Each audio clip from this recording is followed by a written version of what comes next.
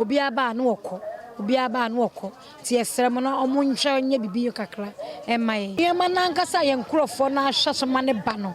Omummo ye ne mla fom. Nanka ye obi antimi ntobi na kutasika kutu bi kura. Otimi atobi akodi. Government should put in place policies that will help reduce the prices. We are suffering too much because the fuel, if it come down and then everything is down. But if the fuel go up, then everything go up. You see, we are doing Okada here. The way the fuel go up, if we are going to take passengers, they don't agree. I swear, we are going to die. The government is so smart. But this is election time. You get me? Like I'm demo. I swear I will increase again. I'll find a mix of way to manage it. Omuko in and out lorry fare and San Adriane, where and now more SS universities no provisions. Say a more cry ya two provisions me look as Siena Dana Yakofet in a ton of 45. And then I me call any say no me ton 55. Momun to so and yes I am over 3. Well, those were the expectations of the larger Ghanaian populace.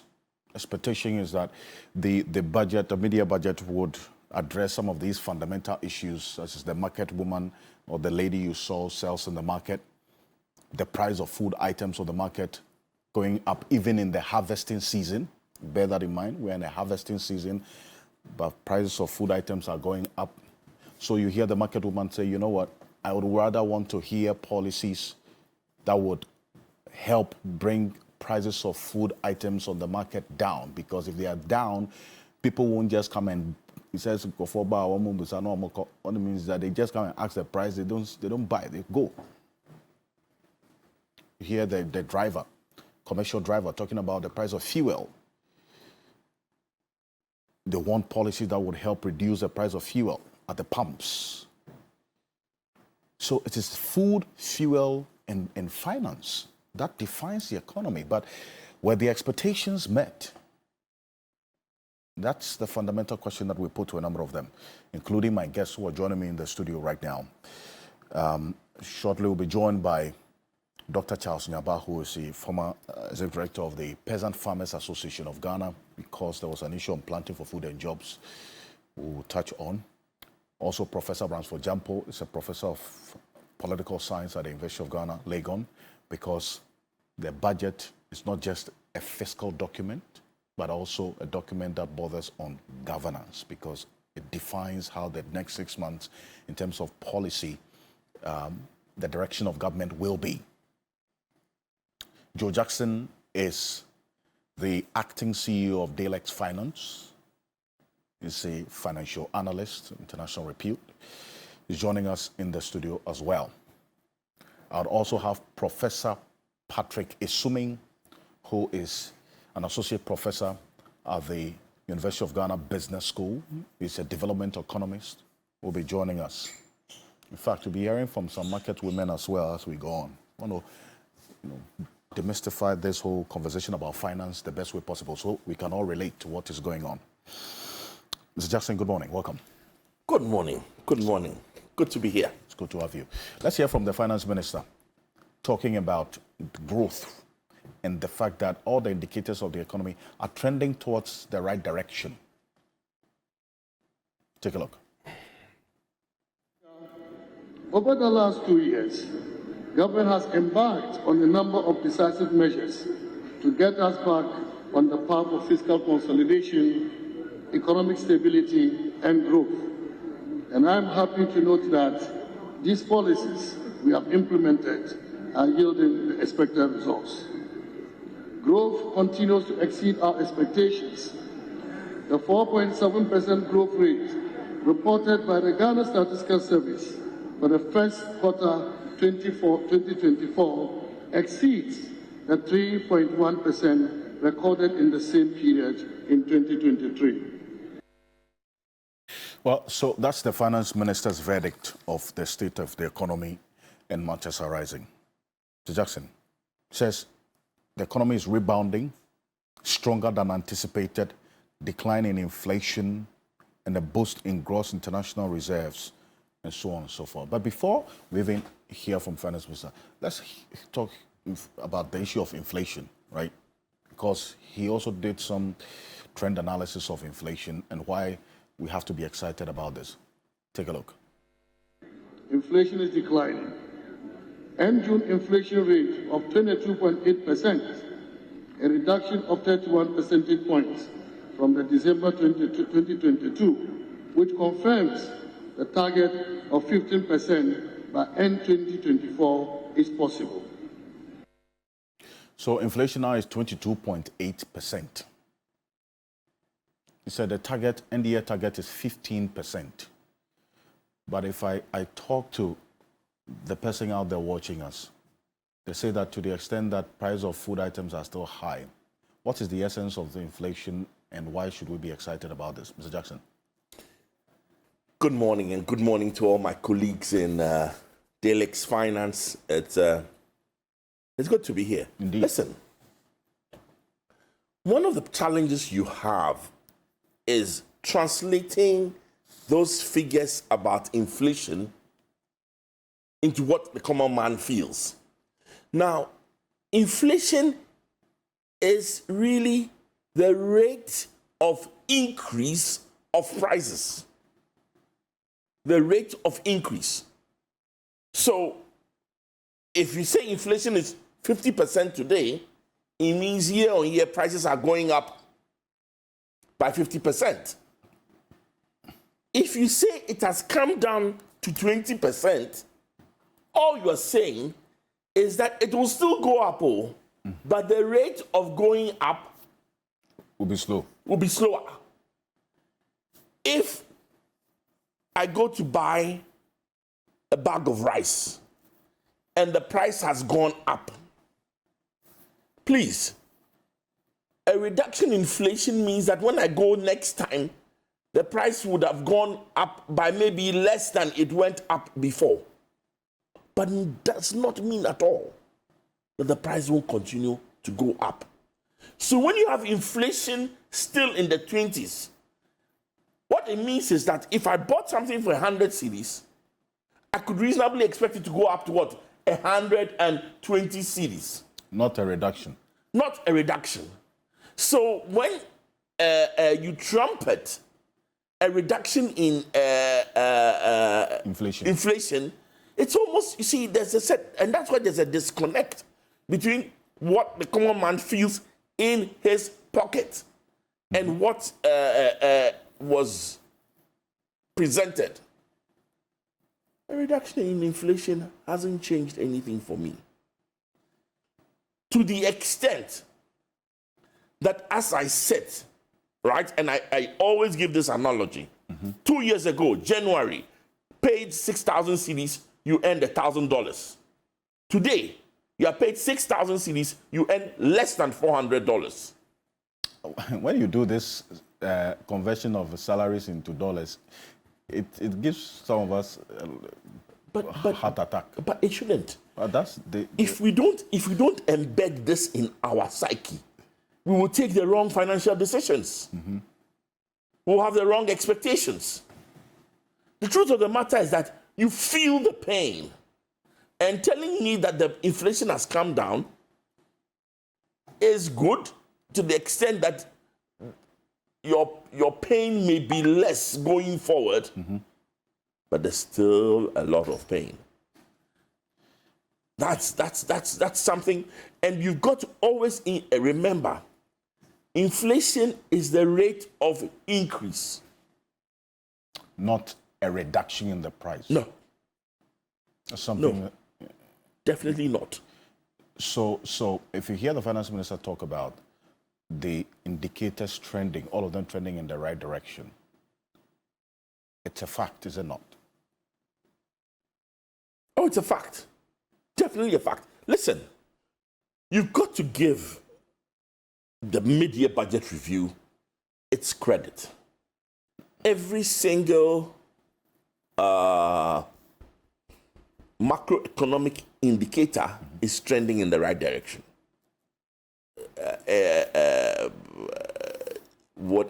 However, but you got to interpret the numbers, because the numbers are presented to you in a really nice manner, but you've got to interpret them. I want to kick off by talking about growth. Growth. Growth was really tempered. And growth means that there's an increase in the level of activity in the economy. Right? That sounds good. And that means that all things being equal, you know, I've reverted to my economist background. Absolutely. All things being equal, if we are doing more work and earning more income, then over time, all of us should feel the benefit, isn't it?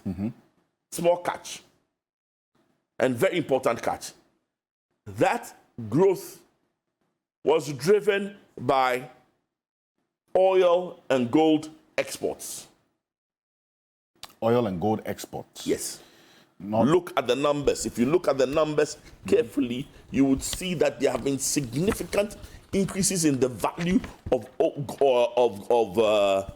gold exports and oil exports. Yeah, we'll put a few things on the screen. That's the media budget review. Yes. Some statistics that you talked right about. Now, fact, the challenge about gold and oil exports, first of all, about oil, is that oil exports don't permeate through this country. The effect of the oil, listen, when you export $100 worth of oil, only $17 comes back to feed this economy. That is the 17% we get. That's the 17% you get. If you export gold, sometimes even less comes back. Sometimes as little as 6%. So what happens is that the few companies, the few individuals, the few organizations that sit at the helm of the export of gold and oil are the ones enjoying. That lady in the corner selling wachi doesn't feel anything. And to make it worse, remember that corruption could be leaking as much as 40% of all our revenue away. So corruption now forms another umbrella, so that when the rain falls, it falls on the umbrella, and the ordinary Ghanaian is underneath the umbrella and doesn't feel the effect. So there is growth, and the growth can be trumpeted because the numbers are not wrong. But there's no development. Because there's no development. There's no development. So when I open my tattered wallet and look inside, it's not happening. It's not happening. It's not happening. There's nothing I can do about that. And that's you see, and that's the disconnect. It's easy to trumpet, and by all means go on trumpeting the growth rates. But show me how that growth is changing for somebody in the street. Show me how it's changing. And I look around the studio and I'll ask, if you ask the cameraman and the producer and others, what is changing? When you go to the market, are you feeling this growth? When you go to the pharmacy shop, are you feeling this growth? My simple answer is no. You see, and the analysis that you put to the growth brings home the meaning of the statistics and why we should look beyond it. You see, because as I always say, if you're doing an analysis of the state of the economy, it's not so much about what you say. It's a lot more about how people feel. Good. Is it not? There's even one thing else. Remember that the common man, all of us have been repeatedly battered by inflation. Repeatedly hammered by inflation. So they're feeling down and you're trumpeting growth. In any case, the thing about growth is that there's always a lag between, by lag means there will be some time between when the growth happens and when the rest of us feel it. So even in the best of times, there'll be a lag. And we are not in the best of times. We are in the worst of times. We're in the worst of times. That's not consistent with what the finance minister said. He said the economy is rebounding. Listen, it's looking good. Forgive me. So why Alfred, are you... forgive me. The finance minister is a politician. We are in election season. Please put on a filter. Put on a filter about. He has to play politics. So he will trumpet the good news. And because the numbers truly are trending in the right direction, he will say it's fantastic. But forgive me, there's a huge disconnect between numbers trending in the right direction and what I feel in my pocket. That's just what it is. And unless we get to the point where there is that disconnect is addressed, it's wrong. And to make it even more tough for me, you trumpet the good news. You trumpet the exciting things. Right? It's almost as if you are belittling my pain. It's almost as if you are belittling my pain. It's almost as if you are discounting it and almost gaslighting the common man by saying, oh, things are good. When I look in my life and things are not good. You feel gaslighted? You're talking about growth. You're talking about improvement in lifestyles. You're talking about all these exciting things. Take a walk down the street. Take a walk down our markets. Ask them whether they feel what you're talking about. It's not just me. Actually, to be honest with you, if maybe I'm blessed, right? And the pain is there, but there's a little bit more fat to accommodate the pain. My size is can't be hidden. There are people in this town who are so slim that they are to the bone already. Any more pain and they are in trouble. So the fundamental issue is that the statistics, the growth rate, inflation, all this must make meaning in the lives of the ordinary Ghanaian. They have to. This is, well, the budget ultimately has to deliver the development. As a politician, your remit wasn't to come and deliver numbers. It was to show a difference in my wallet. Your wallet? Yes, in my pocket, in my standard of living. That's your remit.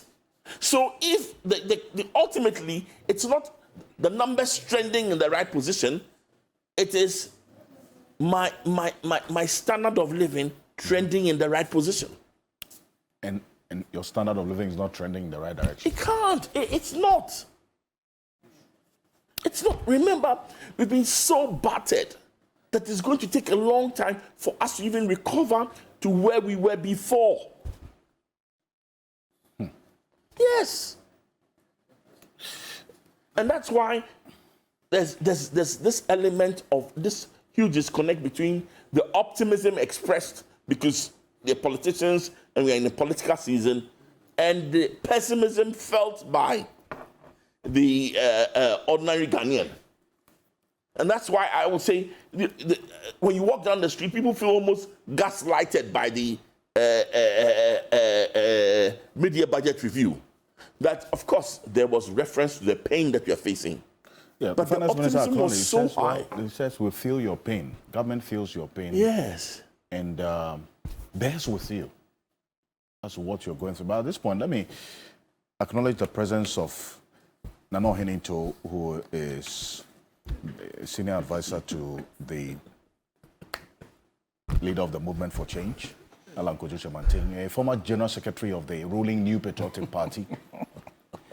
You won't let me alone on this one. And also an ace broadcast journalist for that matter. He was hosting Talking Point 40 years, almost 40 years ago, isn't it? Yes. Yeah, Yes. something. Yes. No, Hinito, it's good to have you. 80s up to the 90s. Yeah, that's right. Welcome. Good morning. Thank you. Also,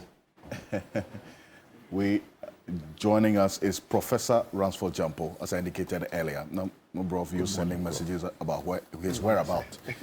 Well, he's been found and he's here. Professor Ransford Jampo is a professor of political science, a governance expert of international repute. Professor Ransford Jampo, it's good to have you. Good morning. Good morning. We used not to be happy with you at all growing up. Why is that? We want to watch our Akan drama. Yeah, right. They say Talking Point. Very right. And Nano Hininto is posting Talking Point. Also for that. So you were young then? Yes. Also for that. And then you have 1 hour of Talking Point. Talking Point. I was in GBT with the old guy. Yes, I know. And the 1 hour would never end. It would never end for us to watch our Let me tell you Akan this interesting thing about Talking Point those days. I was traveling on state transport to Kumasi, and then there was a problem with the bus, so we had to come off. We were standing by the roadside on the Kumasi road. There were these 2 young girls, maybe about 10, 12, and then one of them said, "He's the one." Then the other one said, "No, he's not." And then I realized it was about me, so I pretended I wasn't paying attention. Then one of them said, "Let's go and ask him." Then the other said, "You go." So they approached me and said, "Good morning, sir." I said, "Good morning." He said, "Are you the one we've been seeing on Talking Point?" I said, "Yes." "Do you watch Talking Point?" They said, "Yes." I said, "Wow, do you enjoy it? Do you understand what we discussed?" They said, "Yes." So I asked them, "What work does your father do?" "He's a lecturer at the University of Science and Technology." I said, "That's why." That's right. So there were some kids, can relate. very exceptional kids, who used to enjoy very exceptional. Because we want to go and watch our Akan drama in somebody's room, and they say we should bath before you go there, and we have taken our bath. And we are waiting. Well, you know, the world has changed. Right? I remember there were episodes of Akan drama they won't allow us to watch. Okay. Because we're kids and we're supposed to be sensitive. Those are adult scenes. That's right. So Professor Ransford Jampo is here. Also, will be joining us in a bit. Dr. Charles Nyaba is former executive director of the Peasant Farmers Association of Ghana. Professor Patrick Esumi is also going to be joining us in a bit. But, Mr. Jackson, your diagnosis of the mid-year economic situation is that what the finance minister said, yes, the indicators, as he indicated, are right, they are correct, they are accurate. But the disconnect with your personal economy is where the issue is. In fact, businesses also had some expectations as well, that some policies will be put in place to reduce the rate of depreciation of the cedi against the dollar. The finance minister did an analysis of why he thinks that the situation is better than before.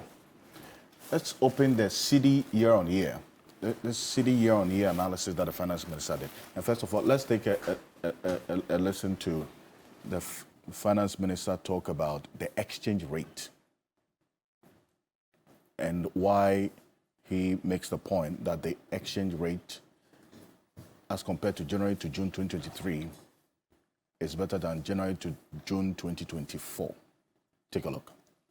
Exchange rate has largely stabilized compared to December 2022, despite the recent pressures. The 18.6% depreciation rate to the US dollar as of June 2024 represents an improvement over the 22% recorded for the same period last year.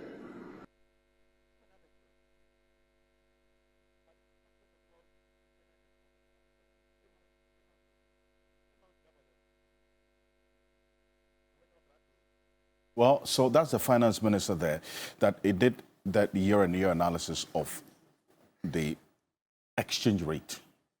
January to June 2023, the exchange rate, the rate of depreciation against the cedi against the dollar was 22%, which is true. January to June 2024, the rate of exchange is 18%, the depreciation of the cedi against the dollar. But what he fails to do, Mr. Jackson, and if you corroborate that for me, is that there is no talk about the cost of the inflation to you, the business people. So that if in June 2023, a dollar was going for 11 cedis, 50 pesos. In June 2024, we're having a dollar at the time sold for 15 cedis, 50 pesos. So let's do an analysis. Let's flip to the next one. So Dr. Charles Nyaba, who is a businessman, needs $10,000. In June 2023, he had to cop off 115,000 cedis to get $10,000. Fast forward to June 2024, he needed 155,000 cedis for the same amount of dollars. So what that means is you needed a difference of about 40,000 cedis more to get the same amount of dollars. So what's, Mr. Jackson, from your perspective, does the finance minister's diagnosis of the exchange rate really fit the reality of the situation as we have it? Okay, I want you to go back to the slide before that talks about the rate of depreciation. And here again, the finance minister is putting the best spin he can on a really horrendous situation. Remember, the rate of depreciation just means that the rate at which the cedi is losing value. And he says the cedi was losing value at a rate of what? 23%. Yes. It is still losing value, but at a nice new rate in his terms of 18%. First of all, forgive me, but that difference may not even be statistically significant. Put that one aside. What this tells us is that it's not as if the cedi is not losing value. The cedi continues to lose value, but at a slower rate. It's the same as the issue of inflation. It does not translate to much comfort for any business.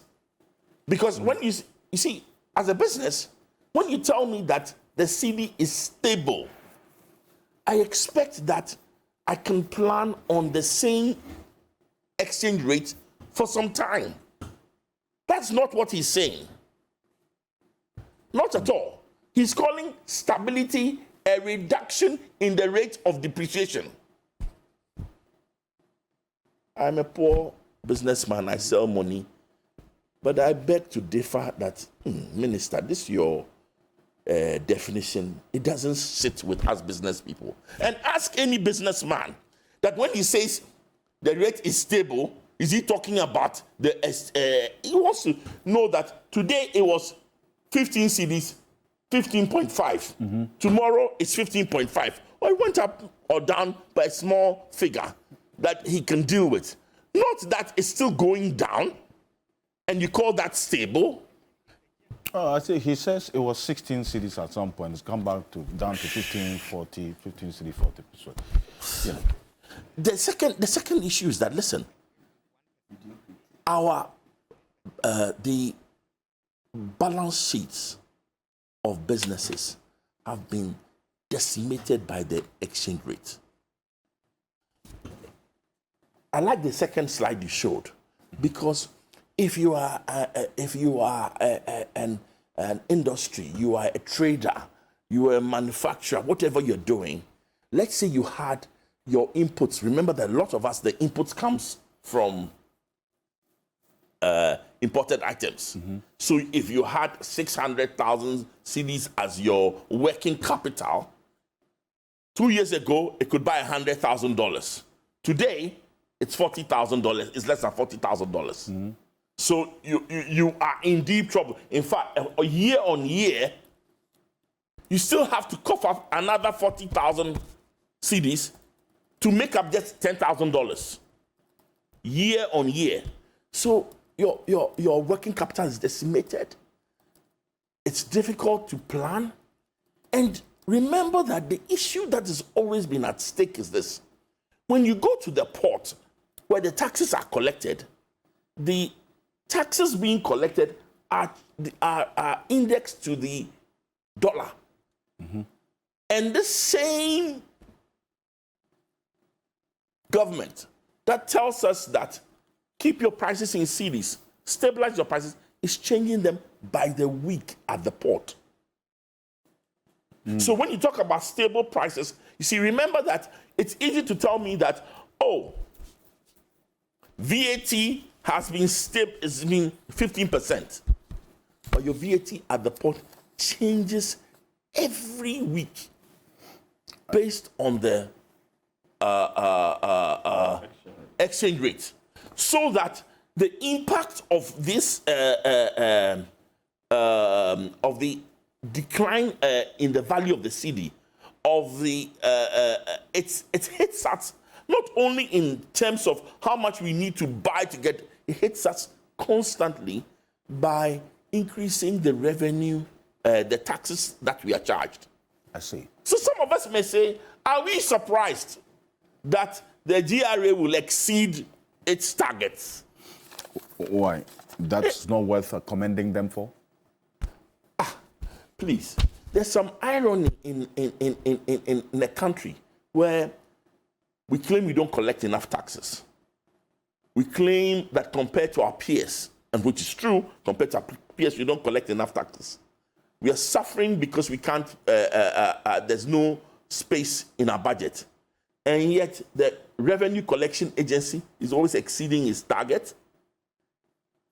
Again, isn't that the kind of disconnect we have that doesn't make sense? Isn't there some irony in claiming on one hand that the Revenue Collection Agency has exceeded its target and turning around and saying, we need more money? Or we don't pay enough taxes? Or we don't pay enough taxes? So is it because of the target that's given to the GRA, or there's something you wrong set somewhere? your own target. You know, as a customer service devotee, they say you under-promise and over-deliver. I think GRA is always under-promising and over-delivering. But as a business, I'll tell you this. I feel sorry for the businesses who went to listen to the mid-year budget review thinking there were any reliefs coming. Why, there are no reliefs in this mid-year budget review? There are absolutely no reliefs. Okay, I'll hold you on to that. I'll come to you with why you say so. Dr. Charles Nyaba is joining us as well, former Executive Director of Peasant Farmers Association of Ghana. If you want to talk about his analysis of the PFJ Phase 1 and the Minister talking about PFJ Phase 2 and why we're even having an increases in food prices in the harvesting season, he's the best man to talk about this. Dr. Charles Nyaba, it's good to have you. Good morning.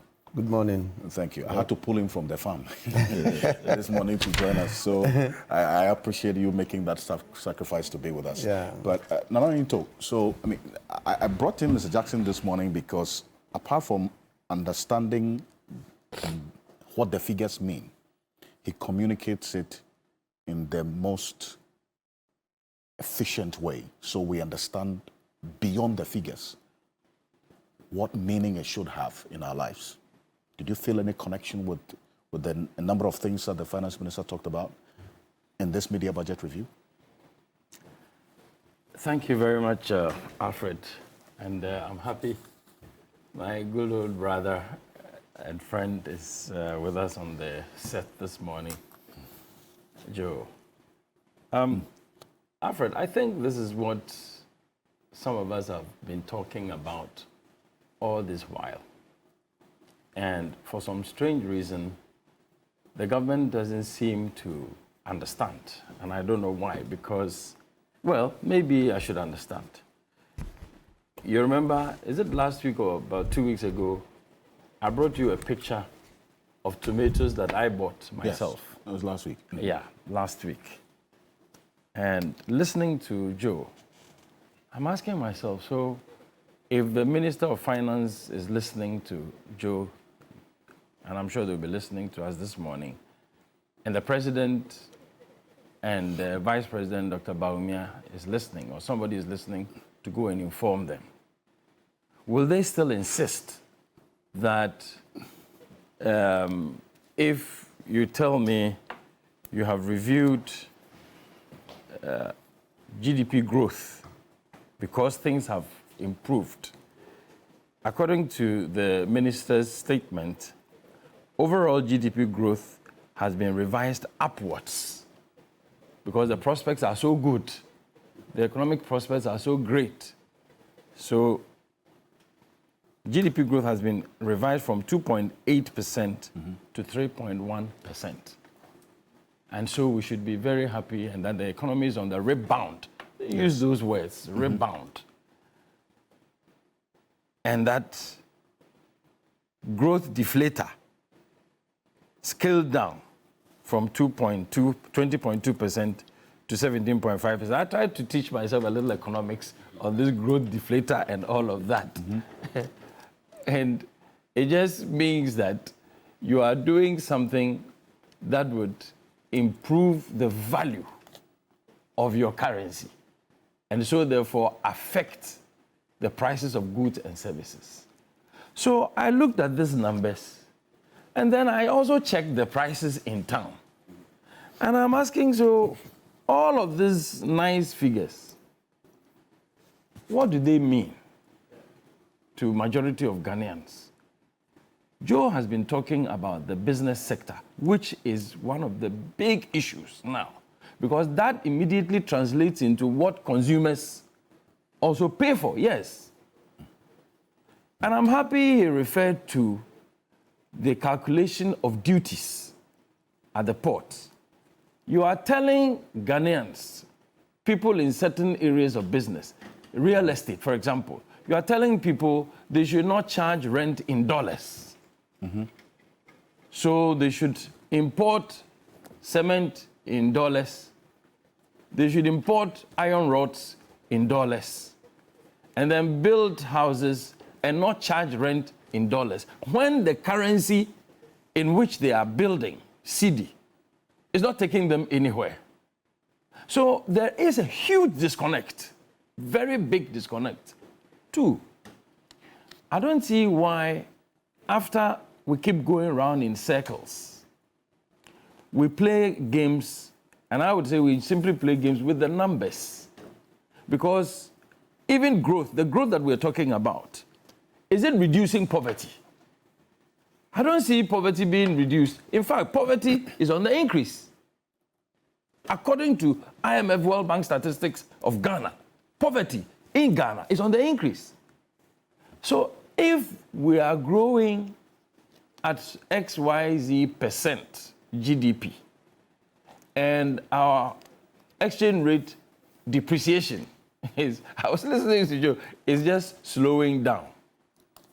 And the government is telling us that things have improved or things are improving.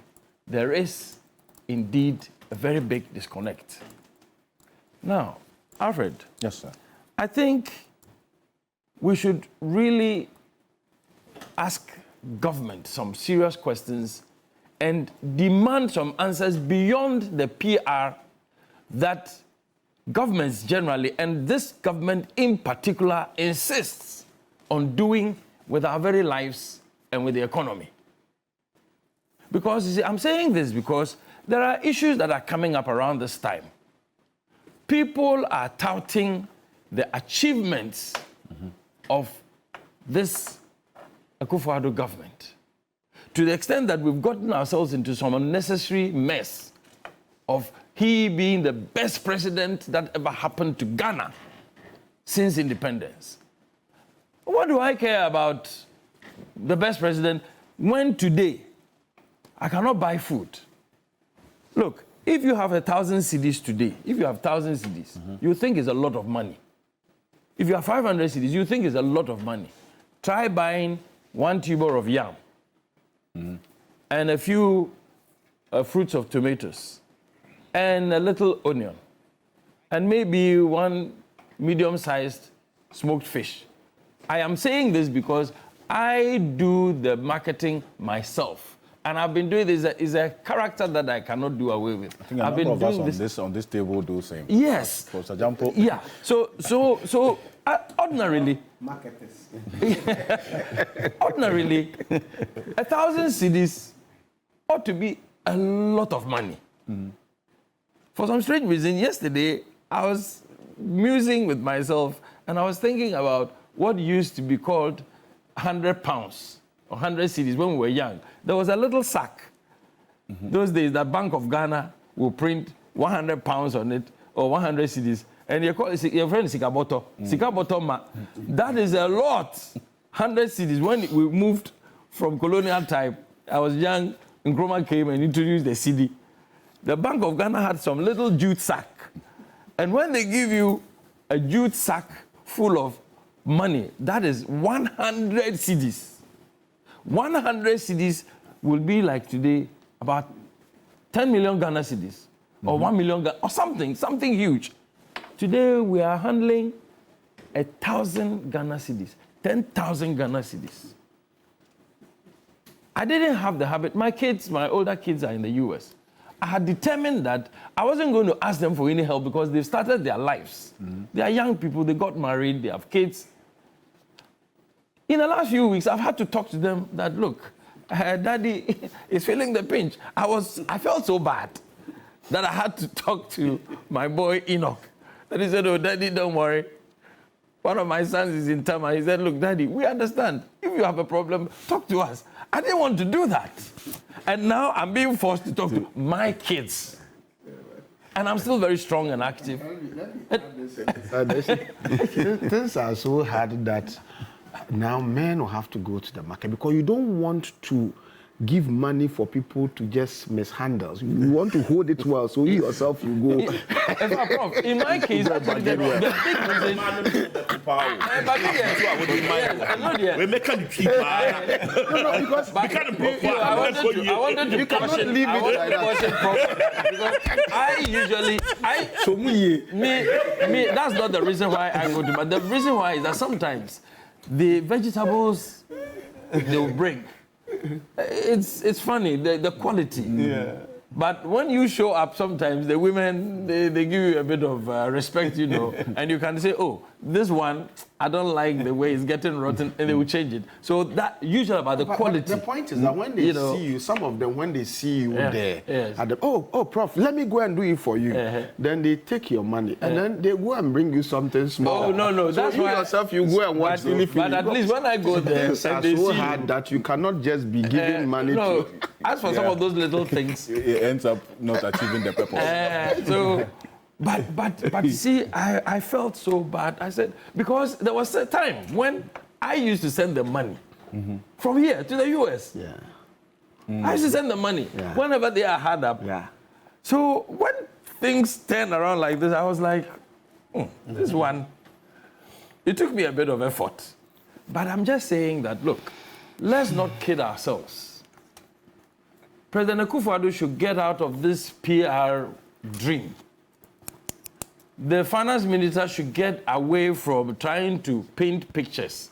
We, the people in the streets, in businesses, in the markets, the people who are living day-to-day lives are the ones who should tell the president and this government whether it has done well or not. They should stop bothering us with this. We are living the reality. You see, now, if today, and I said this on one of the radio stations recently, I will repeat it here. I will actually plead or ask President Akufo-Addo to come and apologize to Ghanaians. Why? For what? On the exchange rate. One reason, exchange rate. He should come and apologize. Why? 2016. On his campaign trail, $2, he said one cedi. $2 was one cedi, and that Atamils and Jomama have to come and apologize to Ghanaians. Not just that, they should humbly and honorably resign and go and sit somewhere and think about themselves, rather than asking Ghanaians to vote for them again. After 2 cedis to $1, moved to 16 cedis to $1 under Akufo-Addo's watch. The president is telling us that he is more justified than John Mahama at the time to be asked to be voted for his party to be voted for Dr. Bawumia, who for the last 8 years, the president told us he had handed the economy over to Bawumia. Now Bawumia is telling us that it is only when he becomes president. So meantime, what should we be doing? Well, that's what the finance minister is telling you, that we should do what? Suspend our lives. Between January and June last year, yes, as compared to January and June this year, yes, the situation with the exchange rate is better. So when it became better, what did it do to the price of yam? When it became better, what did it do to the price of petrol? When it became better, what did it do to the price that we pay for our daily life? We are not arguing about numbers. We are talking about businesses. What did it do to food production? Because you see, the other time, in this review, they talked about how much money has been spent on planting for food and jobs. We'll get there. Mm-hmm. Yes. So, you see, if you tell me you've spent 2 billion, 3 billion, 5 billion Ghana cedis planting for food and jobs, and I go into the market and the tuber of yam is about, say, even 30, 40, or a little below that, I will not even think about how much you spent. Yeah. I won't even worry. A lot of Ghanaians may not even want, not that we don't need accountability, but I'm simply saying that the reality of our lives is at complete variance with what the Minister of Finance and the government is telling us about the economy. And it is as if majority of Ghanaians are rather the stupid ones who don't realize that things have improved and are not applauding the government and only see negativities. And the kind of language that sometimes comes out of the government and personalities with the government, that is what really worries me. As if,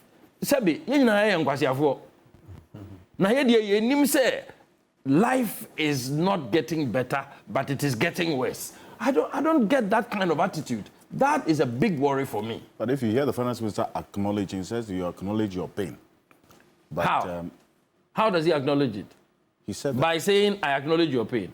If you acknowledge my pain, do something that will relieve that pain. If you're a Christian, the Bible says that if you visit a fellow and the fellow is in need, you don't say, oh, I'll pray for you, God will bless you. Oh, God feed you, the person is feeling cold. Oh, God make you feel warm. And you don't provide a shirt. You don't provide food. You use your mouth to say, the Lord will provide, God will bless you. He said that Christianity is empty. So if the finance minister says he feels my pain, he feels the pain of Ghanaians, we want to see something done that will reduce the price of food, something that will reduce the price of fuel, something that will reduce the cost of doing business. As finance. Then, if the finance minister or president or anybody tells me, Ghanaians, fellow Ghanaians, I feel your pain. From tomorrow, go to the market. You will find that the price of yam has dropped to this and that. And of course, I can tell you, the price of yam is not going to drop unless and until you do certain things practically with the economy, with the investment in the productive sectors, with corruption. And I heard Joe talk about it. Look, according to the Auditor General's report, the latest one, from irregularities and corruption-related behavior within the public sector, the government loses close to 18 billion Ghana cedis a year. 18 billion Ghana cedis a year. That's more than the 3 billion. Can you imagine, when I checked how many dollars divided by 15, 18 billion divided, let me do it right now. Let's just check. 18 billion. If you are using just today's, that's 15 cedis, 50 pesos. Let's do 15.50. 15 cedis. 50 pesos, yes. 15.5. Mm-hmm. $1.16 billion. $1.161 billion lost to corruption and irregularities of purchases, of government contracts, of sole sourcing, of this and that. And this is documented. And somebody tells me that corruption is only a perception. And that when the Auditor General has put figures, hard statistics, you, the government, want us to believe in your statistics. The statistics you bring about GDP, about exchange rate decrease, and inflation slowing down, and so on and so on. You want us to believe those statistics. And the government's own auditor does this very highly professional and scientific work. One Auditor General was sacked by this president because he was too critical. These are the matters that will change the economic environment and reduce prices of goods and services and reduce the cost of living. Then we can say, when the president or his finance minister brings us numbers, then those numbers, we won't argue. But as of today, what the president and his government, his finance minister is telling us, and what we are living, they are like night and day. Well, Mr. Jackson, I know is going to have to leave us in a bit, but any time this comes up, I remember 3 years ago, I sat with a deputy finance minister. I put some of these things to him, said to me that it takes a while for these positive indicators to trickle down to some of these things that Anohini refers to. So it's in his words then, it's simplistic analysis of the economy. You see, if we those are the words he used. That's very insulting. If those are the words he used. If we make references to the indicators not trickling down to the market woman. Alfred, I hope that he didn't use those words. I hope he didn't use. I actually can pull up the. Please do. Yeah.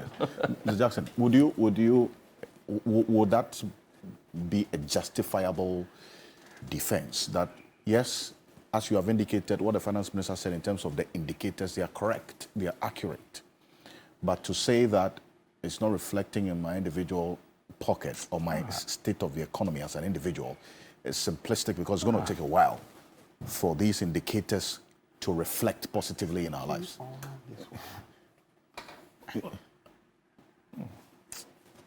Listen, we don't elect a government to give us indicators. We elect a government to give us development. You see, unless we, when we don't have development to show, then all of a sudden our recourse is to the indicators. Literally, it be inflation we go chop, or it be yam you go chop. It is yam, and I don't. To the man in the street, he doesn't care about how much your growth you are experiencing. He doesn't care about how much inflation is.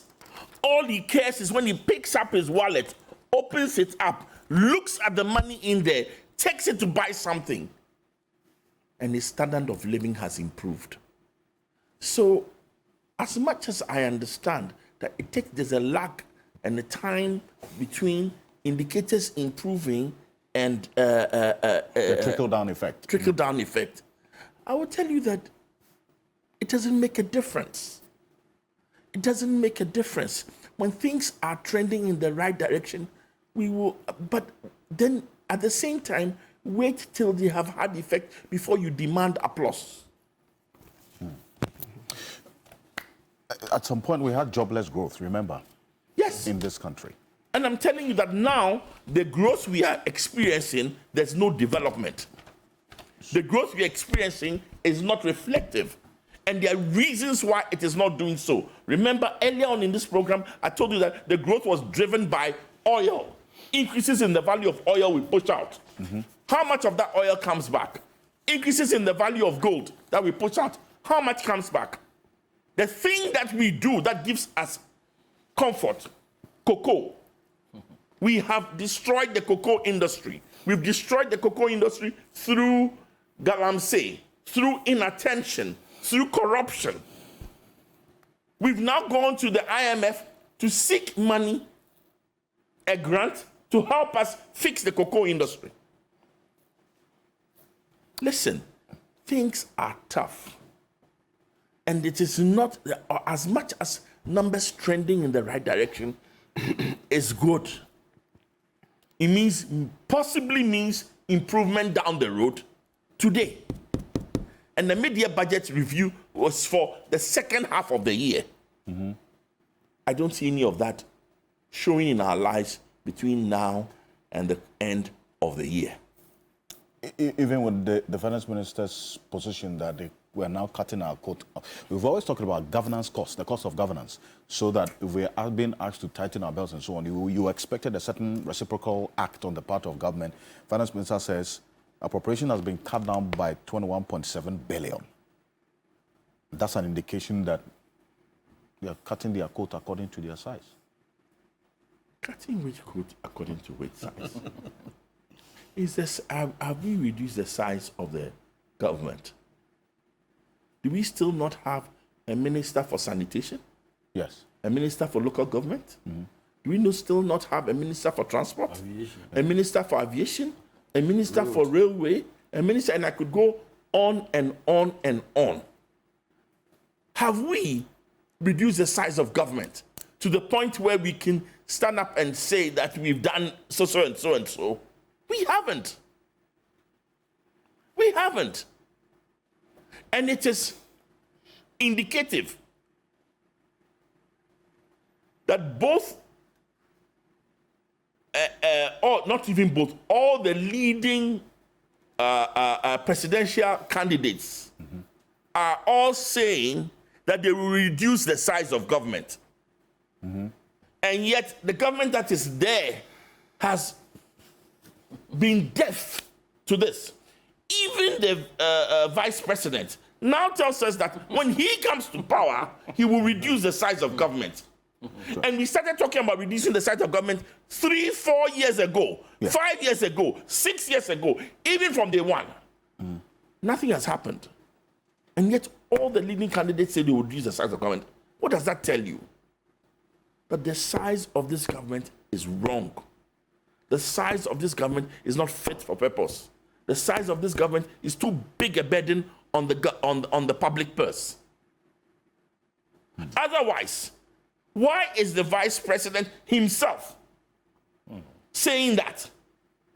He's telling you in a roundabout way that, hey, my current size of government is wrong.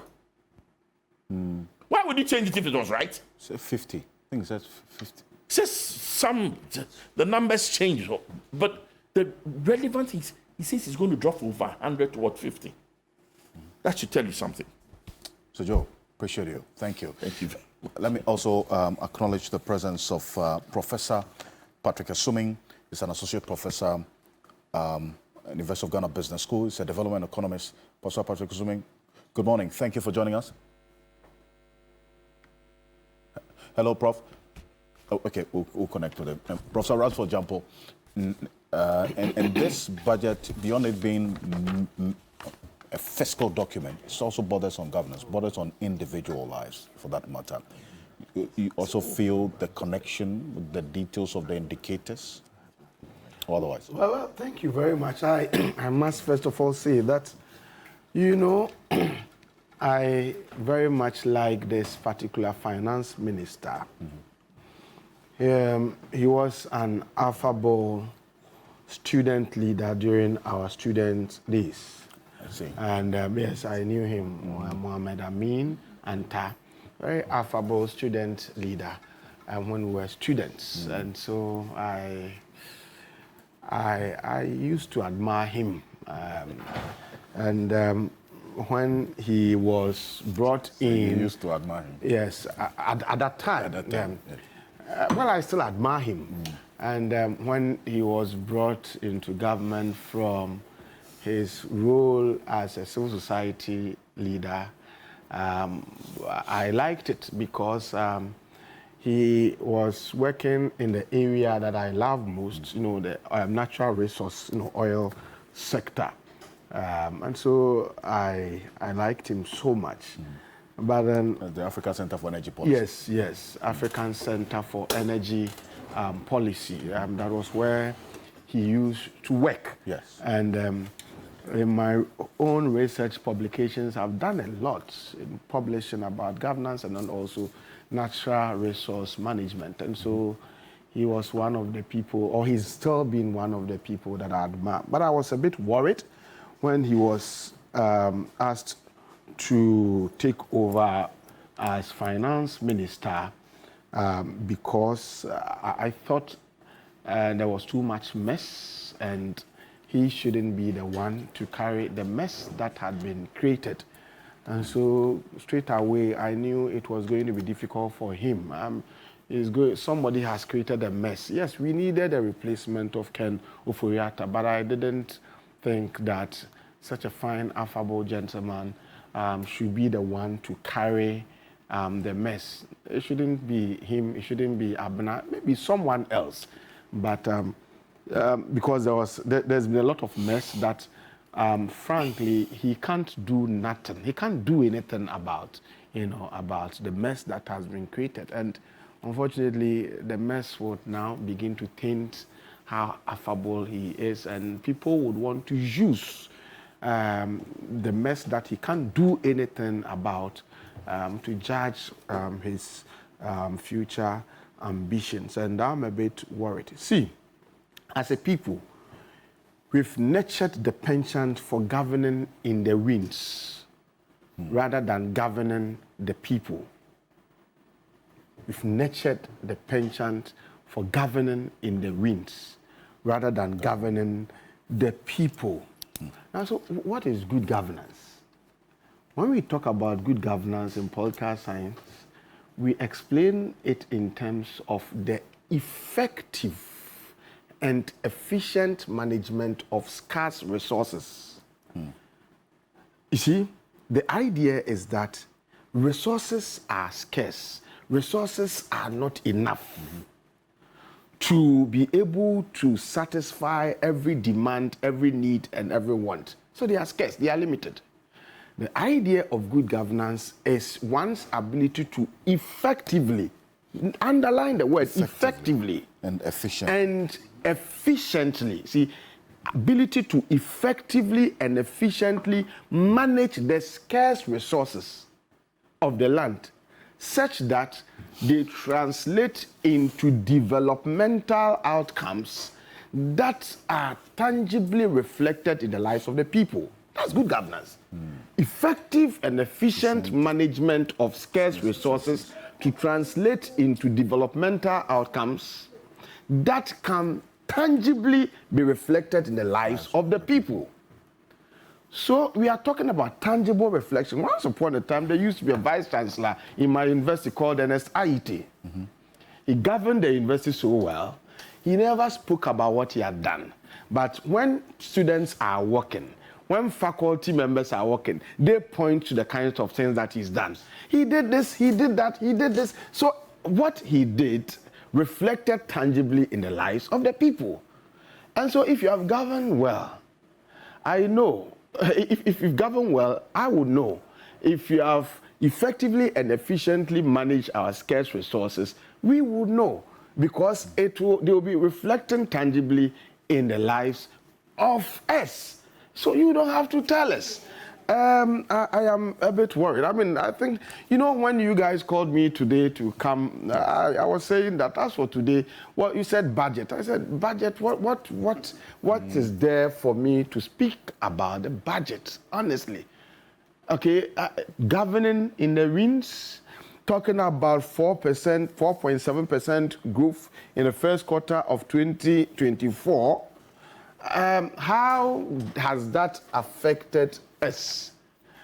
Okay, so are we not going to move to the point where leaders will come and say that we are no longer interested in talking about the macroeconomic indicators? We want to talk about what is happening in your life. Like Jay Kufo said, that's right. Can't we move there? Where you have a leader who will say that, now I no longer care about 4% growth, 4.7% growth in GDP, but I'm interested in what is happening in your life. I want you, the budget statement this time is going to be presented by you. Now tell me what you are experiencing. Tell me what is happening in your life. Are you able to afford 3 square meals a day? Are you able to afford the cost of utility tariffs? Are you able to do this? Are you able? Let the country move towards this. It's like as a nation, we continue to tickle ourselves and laugh. Akufo-Addo came with fine promise of helping us fix the Gogisberg economy. Now he doesn't talk about it again. And we are saying that he is the best president since independence. Let's not go there. Right. Okay? Ignatius Kutu Echampong was not borrowing.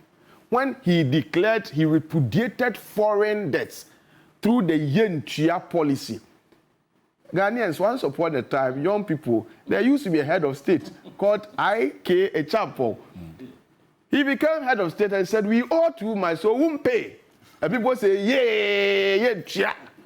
And then he said, Operation Feed Yourself. Everybody should have a backyard garden. Okay, all of us should be farmers. So you have your house and at the backyard. It's only recently that we have so much inordinate desire for housing and all that. So people build and then they don't have backyards. But if you go to the house and the homes of very old people, you see that at the backyard, they have some pineapple, they have some yam, they have some cassava, they have some plantain grown there. That was the days, these were the days of I.K. Echampong. He said everybody should have a backyard garden, and then so that we can be self-sufficient in terms of food production. Because he had repudiated the payment of all foreign debt. We know we owe, but we won't pay. So because he wasn't going to pay, then it was going to be difficult for him to go about borrowing. So he didn't borrow, but he was able to raise resources within to govern the country.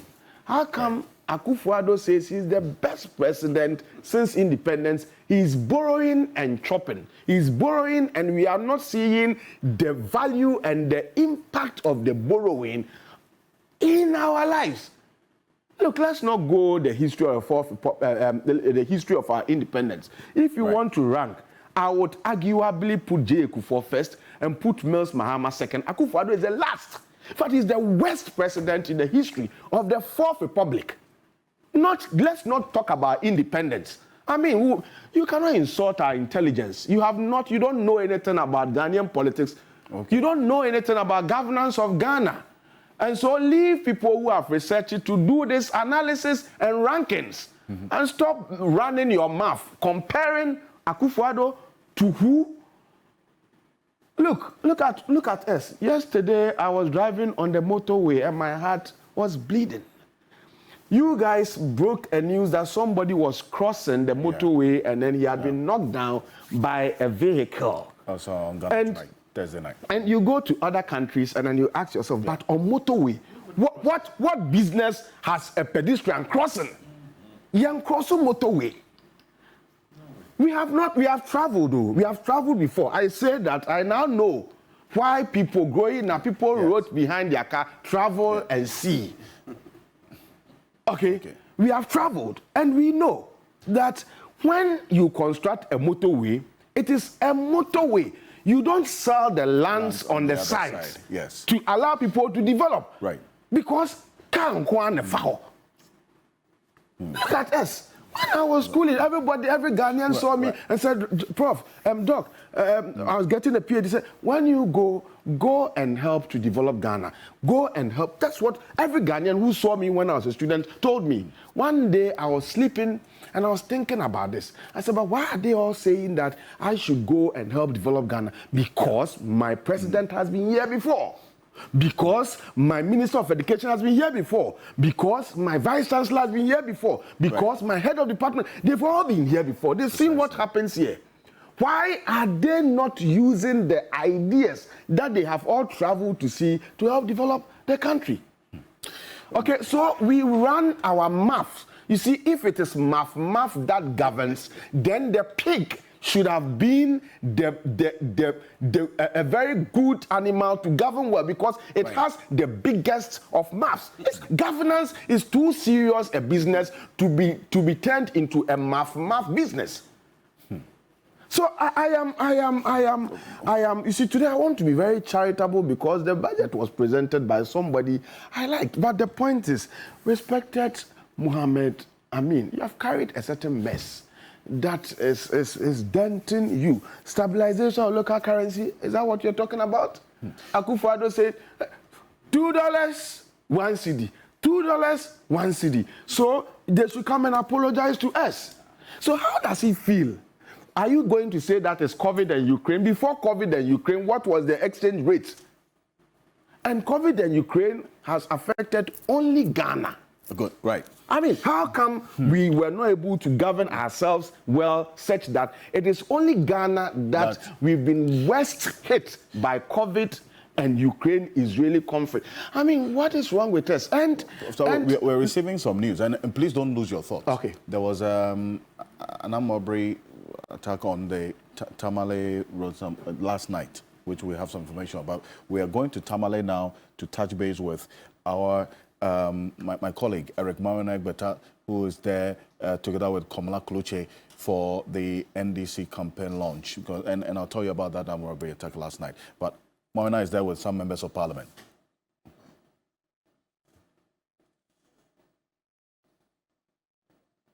Will be officially launching their campaign, and if you look across the park, this place is being ready for what many continue to make the argument is a grand launch for the NDC's onslaught towards December 2024. They are leaving no stone unturned. That's the conversation on the ground from the national executives and the line. And if you look across the park, this place is being readied for what many continue to make the argument is a grand launch for the NDC's onslaught towards December 2024. They are leaving no stone unturned. That's the conversation on the ground from the national executives and the likes. They are kickstarting it here today, and from here they are going straight onto the ground to begin work towards victory come elections 2024. If you look across, the police have just come through in quite some number. There's a human barricade that's been formed. The stage is being readied. If you look across where the dignitaries are expected to be delivering speeches to a mammoth crowd, which is expected here a lot later today, that's where the speeches will be delivered. That's the other stage where a lot of the performances, because they're expecting some artists come through to come perform as well. They will be there to perform, and from the stage going, that's where you expect the dignitaries, the national executives of the party, members of parliament who are present in their numbers, who've been coming through on road, some via flights, all throughout. Since yesterday when we touched down, it's been a buzz around Tamale from the roads leading particularly to the Jubilee Park here. There's been a buzz around. There's been the sale of party paraphernalia. There have been individuals who've been on processions all throughout the town, through the Tamale Central constituency where the Jubilee Park is situated. And so preparation is largely still ongoing, and we're live here readying to get a sense of what it all looks like. Like we've been telling you all through, we'll be live here on TV3 and on 3FM and all across our media general platforms. Let me bring in the man who is hosting the entirety of the NDC, the Honorable Murtala Mohammed, who is the Tamale Central MP as well. Honorable, appreciate that you could join us this morning. You're hosting, essentially, you've come home as well. Talk to us the significance of the NDC bringing its campaign launch to the northern region. Well, let me first and foremost say Daspa. I thought you would have learned some little Dagban. When we say Daspa, it means good morning, and your response is nah. Afternoon entry, then say nah. Evening then say nah. I just want to welcome everybody here. The NDC, we have had our campaign launch in the previous elections in other regions. So it is proper that you rotate the launching. So I don't think that there's anything special why the NDC decides to have the campaign launch here.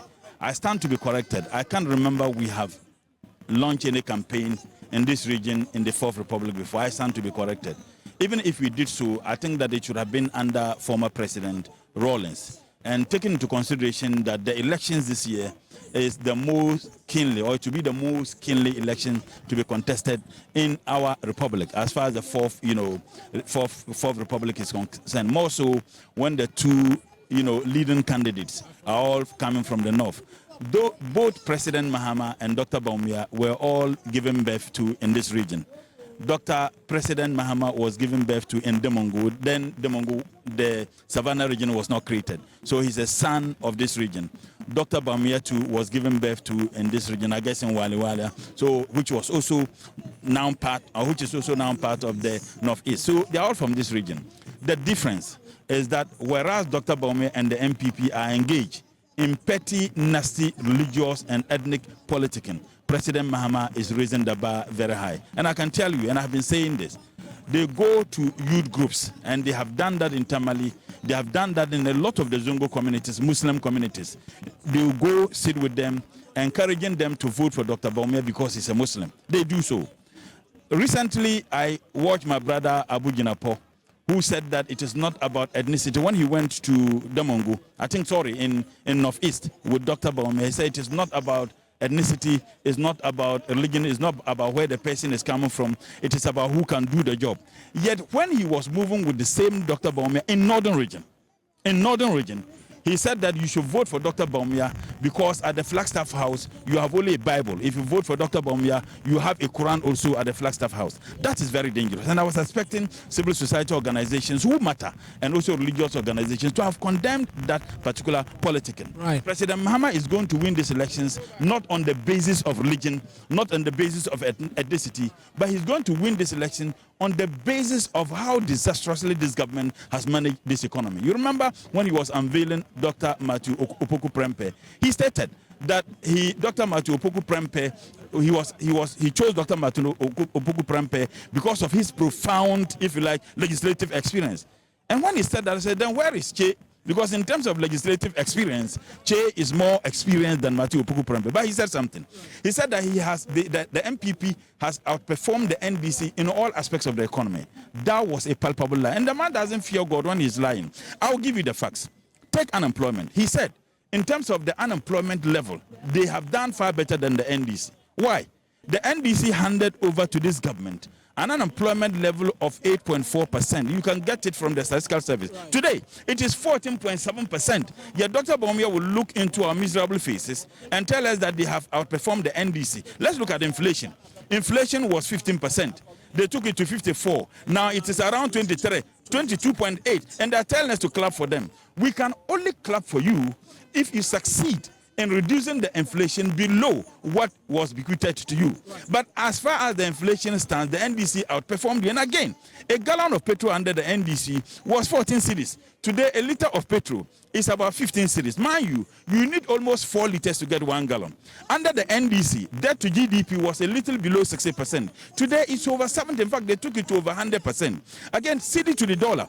The cedi was changed to the dollar at 4 cedis 20 pesos under the NDC. Today is 16%. Now tell me, which aspects of the economy has the MPP done better than the NDC? So for you, there is no qualms. There is nothing to debate about performance. But you will admit that the fact that Dr. Bawumia as well is coming from the north, it poses a significant challenge to the NDC in terms of the work that you have to do. If you look at the trajectory of votes since '96, when the NPP began to officially field members of parliament up until this point, your share of the vote in the northern region has consistently seen some decline. And so there's a need for some work to be done, perhaps reason why you're seeking to galvanize a base as well. We have been able to diagnose the problem. We have been able to identify the reasons. And I can tell you, one of the reasons why the NDC seem to be losing some of the seats in northern region has nothing to do with the performance of the MPP as a political party. It has to do with, unfortunately, petty, needless internal political squabbling. Unfortunately. It has to do with petty squabbling. I can assure you, by the will of Allah, the NDC will win a minimum of 14 cities.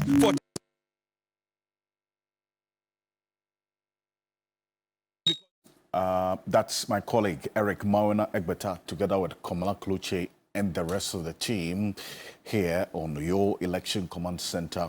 Media General were represented there in the NDC's national campaign launch.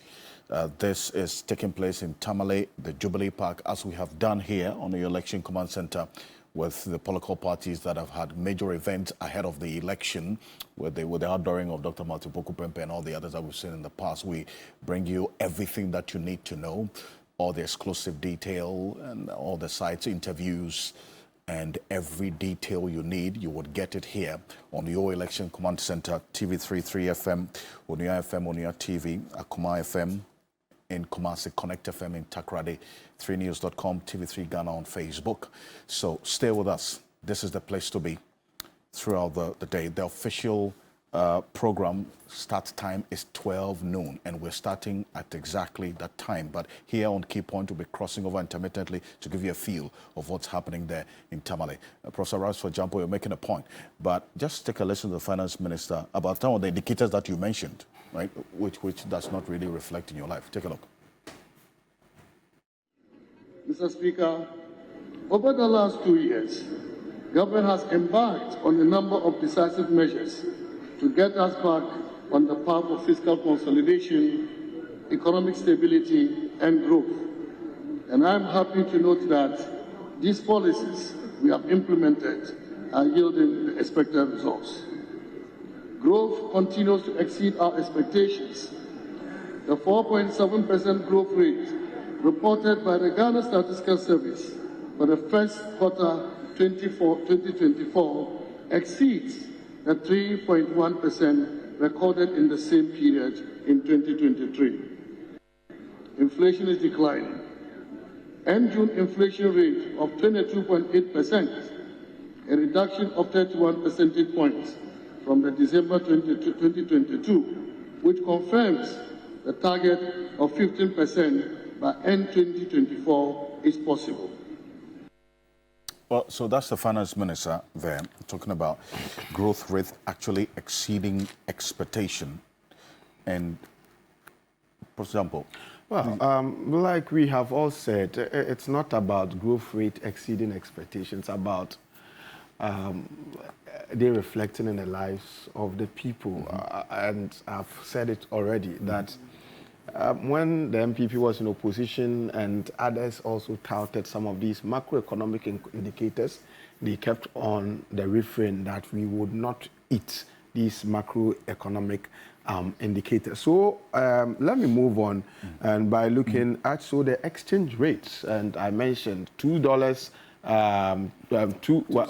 cedis to $1, and around the time I think it was described as Midonyame exchange rate. Midonyame exchange rate. If 2 cedis to $1 is Midonyame exchange rate, then how do we describe 15 cedis to $1? It is beyond description, because there's nothing beyond God that you can use to compare. Okay, so 2 cedis to $1 is Midonyame exchange rate, then 16 cedis to $1 is. So how do you describe it? How do we describe it? You see, the challenge, I wonder, yesterday, one of them who has left the shores of the country to America called. He said, Prof, that thing is not good. And look, it's just that when we meet one-on-one, we can talk about it, but all of us, we cannot agree that the thing, we have to tickle ourselves and laugh. But the point is, it is a monumental embarrassment. Reducing, you have not reduced hardships. Look at fuel pricing. How much was a liter or a gallon of fuel being sold at the time that you were looking for power? How much is it being sold now? Now you can't move your car around because you go small and then you have to park. Okay, look at the duties on imports. Now, I know a friend who wants to sell his car. we went to a car dealer, and the car dealer said, look, let me be honest with you, use your car like that, okay? Because if you sell your car, you can't buy a new one. The cost of duties are now more than the cost of vehicles, okay? And yeah, I heard them saying that they are bringing back the road tolls. Yes. They are bringing back the road tolls. And I said, you see, this government is not only suffering from winner takes all politics, it is also suffering from winner knows all. Meanwhile, clearly they've shown that they know nothing. Quote and unquote, Oma Bong. Wow. So let me explain. You have traveled before. Okay, when I was schooling in the US, you go and rent a vehicle and you want to drive around and you put in your address to wherever you are going to, and they will ask you, do you want to pay road tolls? As a student, I said no. If you said no, they would take the GPS will take you at the hinterlands and the countryside of the place. Your journey will be far. Your journey, a journey that is supposed to last for about 4 hours, you end up using about 6 hours. And I said, well, I want to explore. So you go and see the countryside, the villages in the US. But the point is that every road there is tolled so that they can get monies to maintain those roads. And it is everywhere. We don't have nothing. But all of a sudden, we said we have abandoned road tolls, and we're looking for money. Yeah. We said no. And there were people who were giving every justification when we had not complained about the road tolls. We say we pay, but you had people who were justified. Oh no. It is even a way of easing the flow of traffic. They abandoned the road tolls, and the Kaswa road, okay, the Weja to Kaswa road is still trafficked. So that's what. Okay, they said we're going to it will ease traffic, and it is this, and it's we want to ease the burden of Ghanaians. Something that we're paying, we're looking for money. You said no, and we were giving them insight, we were giving them knowledge, but because of winner knows politics, see this government, they don't know anything. Right. And they pretend to know everything. That's what we call winner knows all politics. You see, winner knows all politics is also a factor or a feature of this government that undermines the governance, the quality of governance.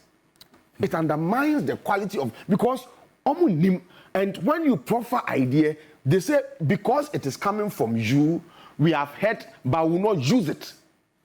So the whole nation is plunged into a governance system headed by ignorant people who would argue against a proposal and then later come back to that same proposal. So when the U-turn, you should be apologizing to Ghanaians that, oh, yesterday we didn't know. That's why we didn't know the impact and we didn't know the dangers or the weaknesses of the decision we took to abolish the road toll. So today we are bringing it back, and we are apologizing for not even listening to wise counsel from civil society leaders and people who gave the views to you free of charge. Okay, so let's go. Unemployment among young people, 14%. Okay, and we are celebrating this.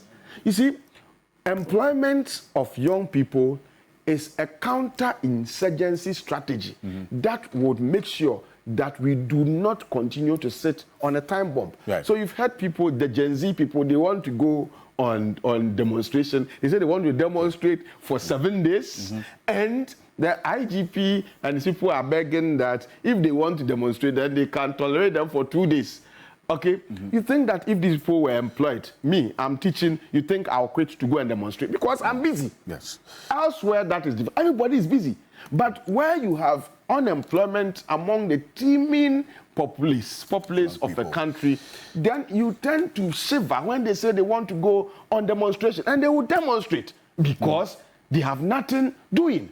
And so, young people, let us desist from this attitude of going to politicians so that they give you money, and then when you get the money, you are supposed to defend the indefensible, and in the process, you end up insulting people that you are supposed to be learning from.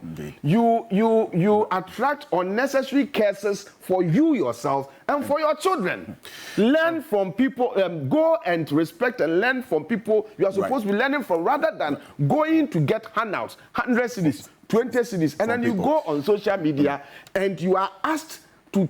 Every society that develops must respect its moral fiber, its culture, and its traditions and beliefs. But you see, because we are not governing well, we also have the penchant to empower young people. And you are not thinking, how long will you continue to be receiving 100 cedis a day or 100 cedis a week to go and insult other people's children? So when your wife asks you, what are you going to do? Or where are you going? Are you going to work? What is your response? That I'm going to sit on social media because I've been given 100 cedis a week so that I can be insulting people that I'm supposed to be learning from? Is that a sustainable job that has been created for you by this regime? Right. Professor Jambo, appreciate you. Thank you. And that bit about the road toll that you mentioned, I want to take a listen to exactly what the minister said on road toll. And Professor Patrick, assuming I'll come to you on this, because there was calls to, if we are reintroducing road tolls, then we should see e-levy being abolished as well. That did not happen. That was one of the expectations of the business community. It did not happen. But this is what the minister said. Please. We will continue the deployment of the Ghana.gov payment platform to remain in public institutions and ensure that all those already onboarded go live. Additionally, the outstanding activities for the full rollout and utilization of the gift mix for the processing of IGF expenditures will be completed by the end of the year. Mr. Speaker, government will also develop a framework for the reintroduction of road and bridge tolls to facilitate the processes for the implementation of a modernized and efficient road and bridge tolling system commencing in 2025. So that's the finance minister specifically on the issue of road tolls. Professor Patrick, assuming, would you agree or side with those who, looking at the intention and the objective for the introduction of the e-levy? You see, but before Patrick assuming comes, you see, it would have been courteous, respectful, and a civil thing to do, to say, fellow Ghanaians, yesterday we decided to abolish the road tolls, even against wise counsel. But now we have seen it is only a fool who doesn't change his mind. We realize that it didn't go on well. We have still revenue shortfalls. We need resources. So we are begging you to agree with us or to allow us to reintroduce, so that we will know that you've changed your mind. But you don't present it or talk about it as if it is something. But who told you to abolish it in the first place? Well, Professor Sumay, would you have expected that the e-levy would have been abolished if the road tolls are coming back, as the business community was asking for? Good morning to viewers and also panelists in the studio.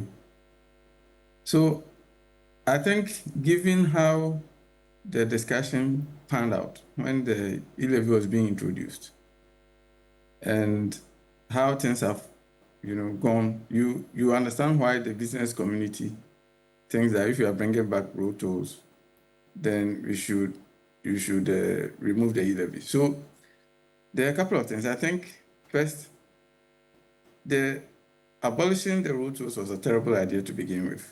I think the specific reason we were given was that it had become unproductive, or we were losing productive time for very little revenue generated. And the e-levy at that time was seen to be a more efficient way of collecting taxes. Now, if the problem is congestion at the toll booths, then you have to fix that you have to fix that congestion problem. And we knew there were problems at the way some of the toll booths were working. You get there and everybody has to pay cash, and queues pile up. And some of them were not properly cited. But we know there's a technology to it. Like I've been saying, even at the University of Ghana, we have a card reader. You get the erase and pass. And this technology was there and could have been utilized. So I think removing the road tolls was a terrible idea to begin with. At the same time, I also think that bringing the e-levy with or without the road tolls was a terrible idea. So I think the e-levy is a bad tax to impose and it should be removed with or without the road tolls. So I don't think we should mess up the argument that, oh, it's because of the road tolls we should remove the e-levy. In any case, I'm very suspicious of this announcement that the road tolls will be back. Why is that? Because in the 2023 budget, it stated that they are going to bring back reintroduce some of the tolls that have been removed. Now, we didn't hear anything about that in the mid-year budget for 2023. In the original budget for 2024, we didn't hear anything about that.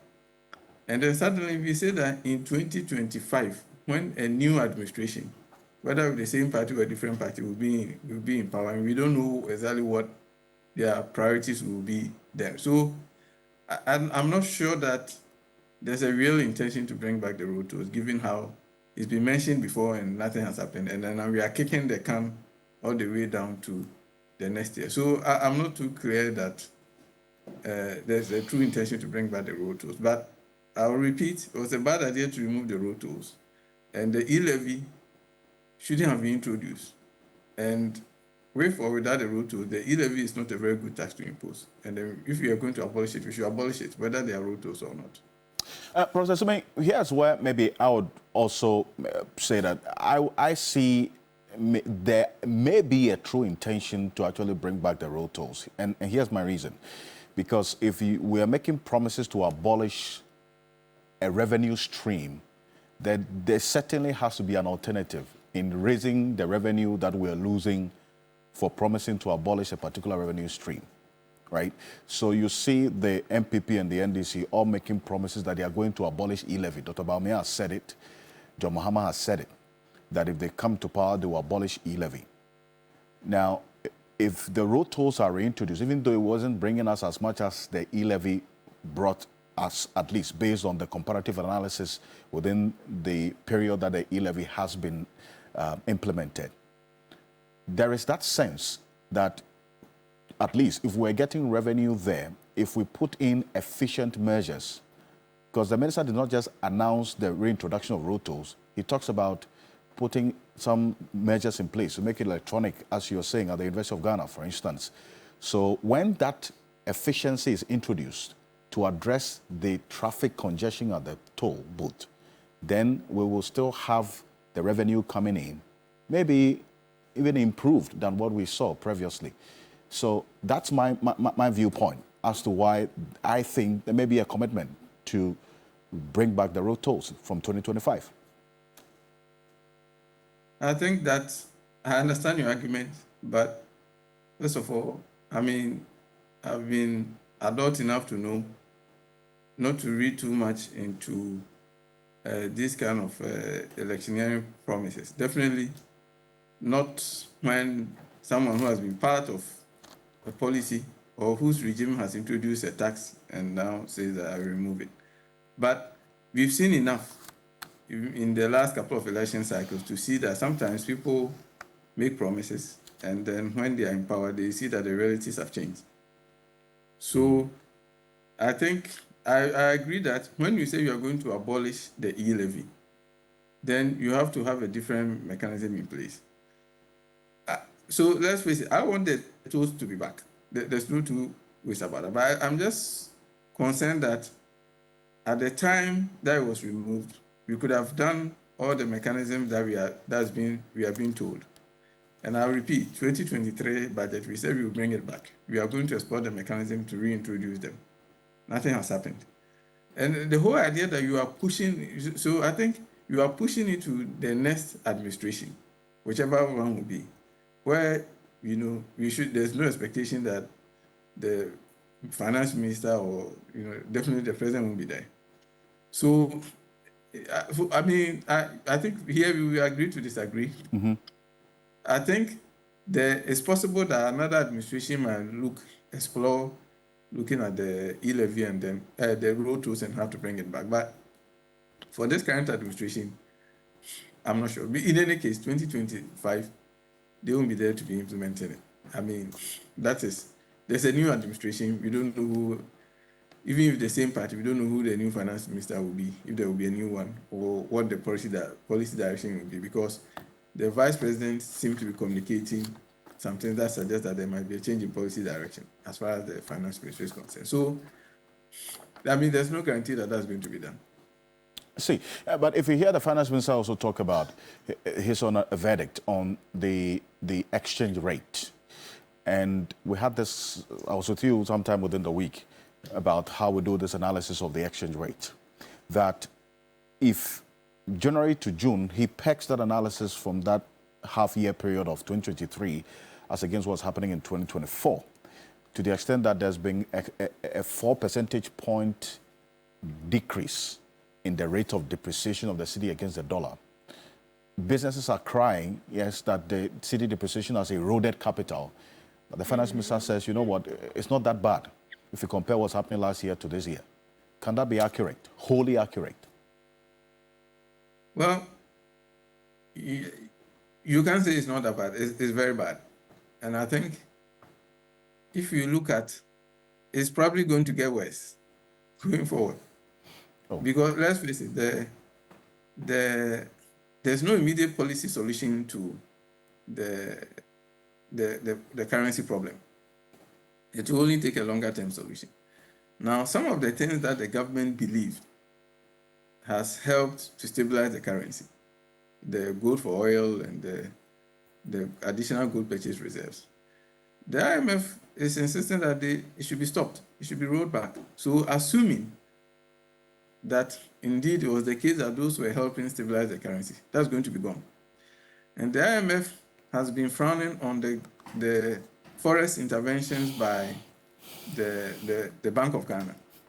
In any case, we are not in a position, we don't have a strong reserve position to be able to intervene the way we want. So I think the idea that we compare the rate of depreciation in one period with the corresponding period completely misses the point. Like I mentioned to you earlier in the week, it doesn't communicate the uncertainty that it brings to businesses. It doesn't communicate the actual losses of the value of their working capital that it brings, because obviously when the currency depreciates at a lower exchange, even if it's a higher depreciation rate, its impact is lower than if it depreciates relatively lower at a higher exchange. That's every business person knows this. So, but obviously we are in a political season and we are in an election season, so you see why the finance minister,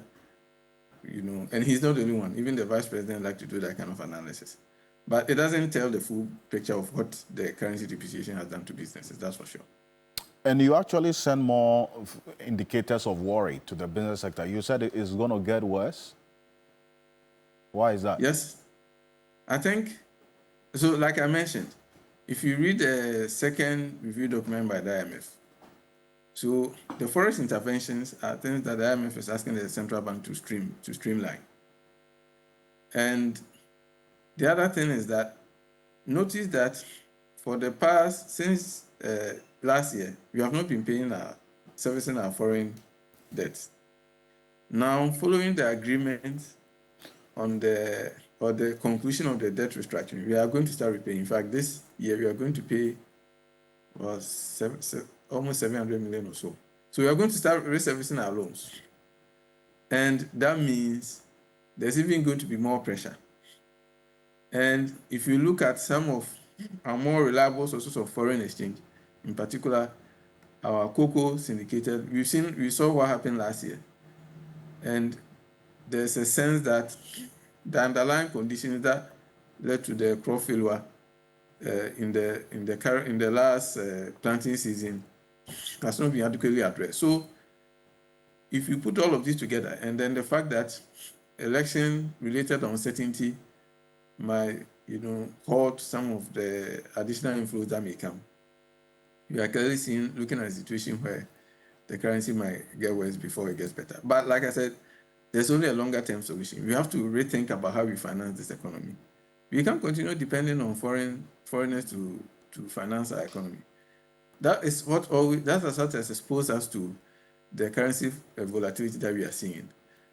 Unfortunately, when we hear the policy prescriptions, that part seems to be lost out. Of course, it's good that we diversify our exports and also we cut down on some of the imports. But if you look at our balance of payment account over the last 7 years or so, we have been running a trade surplus, i.e., when it comes to merchandise, goods, and services. Merchandise goods, we are exporting more merchandise. At least the value of our merchandise export has been exceeding the value of our merchandise import. Of course, cutting the import will still help, but as long as we don't address the financing challenge where we've borrowed so much in hard currency, and now we are struggling to service it, and every time the currency depreciates, our debt indicators look worse. As we've just heard when the finance minister said what has happened to our debt. So there's no immediate solution, and at least there's none that's been communicated that looks believable too. Dr. Patrick Sume, thank you for this. And I really wanted to understand how the situation is going to look bleak, but at least you have actually given us some detail to back this. Dr. Charles Nyaba is former executive director of the Peasant Farmers Association of Ghana. You see, when we talk about the peasant farmers, they are on the ground. So when it comes to issues of price of food items on the market and why we are experiencing an increase in the price of food items when we are supposed to be in the harvesting season, correct? And the harvesting season is synonymous to at least a reduction in the price of food items. But we are seeing the opposite this year. Why is that? Say good morning. You know, Prof said something, and I was just thinking of what is currently happening.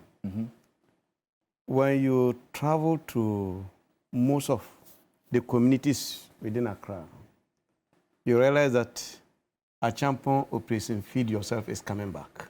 Feed Yourself is coming back. You see, people contacted me. That doc, I think we have to start doing our own farms because we can't buy food. No, you can't buy. So you travel across outskirts of the main Accra Central, and people have a piece of land in their backyard. They are doing tomatoes. They are doing lettuce. They are doing spring onions. Me, myself, you come to my area, all my friends are doing that. Meanwhile, some years back, I encouraged them, gave them free consultation services to do that for them, and they refuse. But now they are coming because they go to the various markets and they can buy. Now, one other thing that people are not getting right, I get a lot of calls that, oh, Charles, your farmers will now be rich because when you send your products to the market, the prices are so high. But nobody is actually talking about cost of production. The cost of production. When we were talking about the exchange rate and the inflation, I wanted to say that we feel it more. You go to the market today to buy agrochemicals. I've been fighting with the importers. They increased the price more than 50% over last 2 years' price. You ask what is the reason? They said the exchange rate. I said, but the product is already here. They said, no, when we sell, we have to go back. So they calculate. You understand? The same goes for fertilizer. And what is more worrying has to do with we always touting planting for food and jobs and linking it to whatever groups we expect or we are seeing in the agriculture sector. Let's take 2022, 2023, and 2024, what happened? For the benefit of those who don't understand planting for food and jobs, in 2017, when the current government took over power, according to the previous agri minister, the challenge with the farmers has to do with modernizing their farms. And his focus was the use of improved seeds and proper application of fertilizer. So fertilizer was subsidized by 50%. Now with the 50% left, farmers were to pay 25%, and then after harvest, the 25% was also paid. After 2017, when the post-impact analysis was done, it found out that the outcomes that were expected never happened. And the 25% that farmers were supposed to pay, they were not able to recover even 5%. So it became a burden, and then that has to be abandoned. Between 2017 to 2022, the subsidy component continued to reduce. But for we, the farmers, we were happy that it has been actually modified, because along the line, even though government will say they have subsidized fertilizer for 20%, 30%, but even with the subsidy, the open market price was cheaper than the subsidized price. I see. So, give me an example. Yeah. So for instance, NPK fertilizer, 50 kg, let's say, open market price was maybe 150 or maybe 200 Ghana cedis in 2020, 2022. Yeah. The subsidized fertilizer by government was still higher in price. Yeah.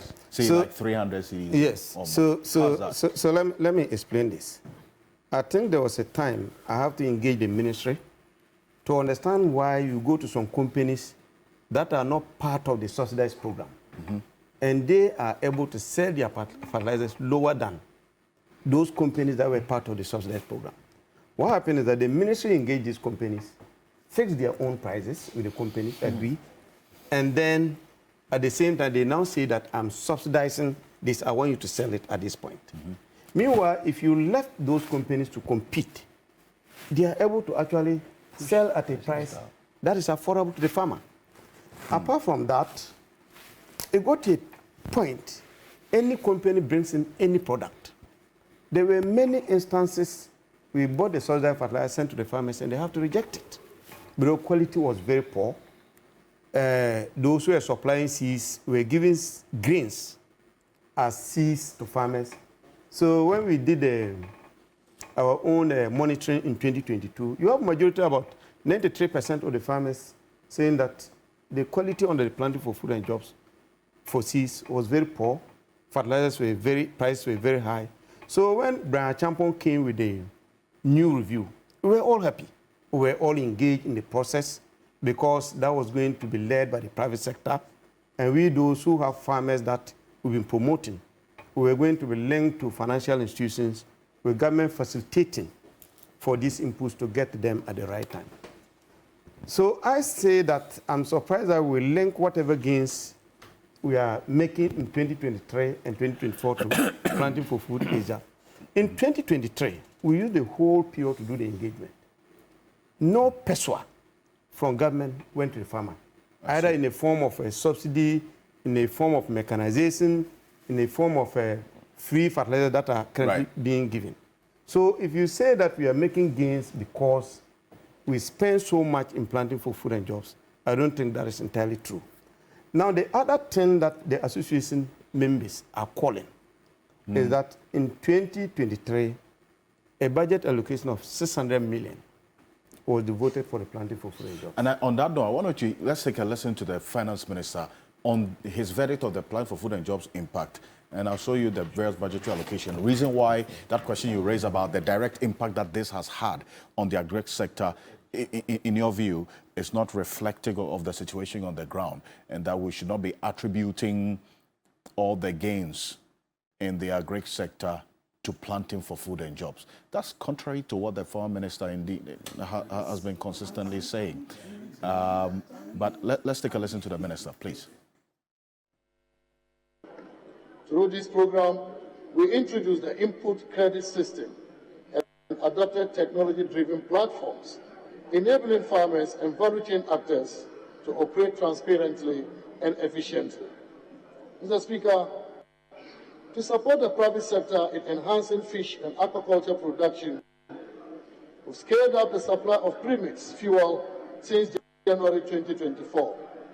Additionally, we are also partnering with private enterprises and are providing employment to about 10,000 people to expand and venture further into agriculture. Mr. Speaker, government has remained focused on expanding the economic enclave projects under the Ghana Cares program.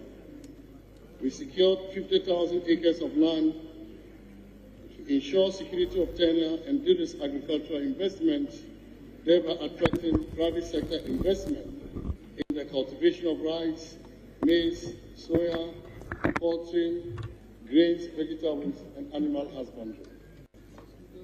At the Kusunya Economic Enclave in the Greater Accra region, government has taken significant steps to de-risk private sector operations for the cultivation of rice, including the completion of 18 kilometers of feeder roads from Tripoli Junction on the main Accra-Ada road to the enclave, the extension of 18 kilometers electricity to the enclave, and the development of a 20-kilometer irrigation canal for considerable. So that's the finance minister on the planting for food and jobs. Talks about phase 2. Yeah. Already there's some budgetary allocation that has been made in this year's budget for the phase 2 of PFJ.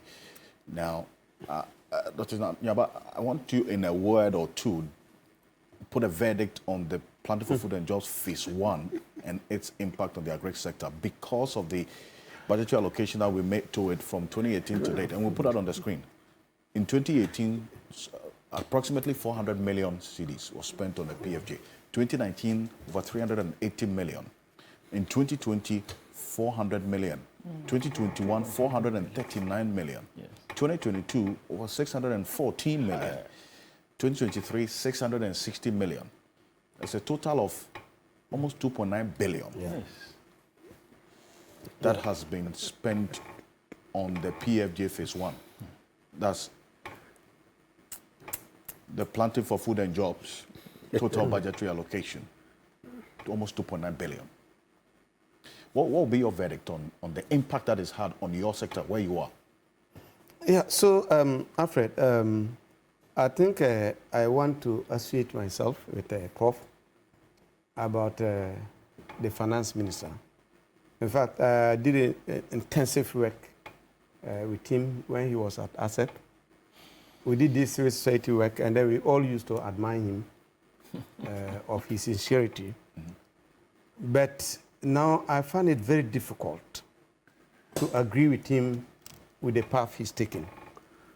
It is understandable because he has to defend the government. He has to paint a picture that will give confidence to party members that the government is doing well. But I'm sure when we meet one-on-one, he will admit that what he's saying on air is not true. I say this because let's just take the planting for food and jobs phase 2 that you want me to pass a verdict. If you take the agriculture sector, we have 80% being crops, whatever forms of crops. It could be maize, soya, cocoa. You put all that together, is 80%. Then livestock is 10%, and then forestry is 10%.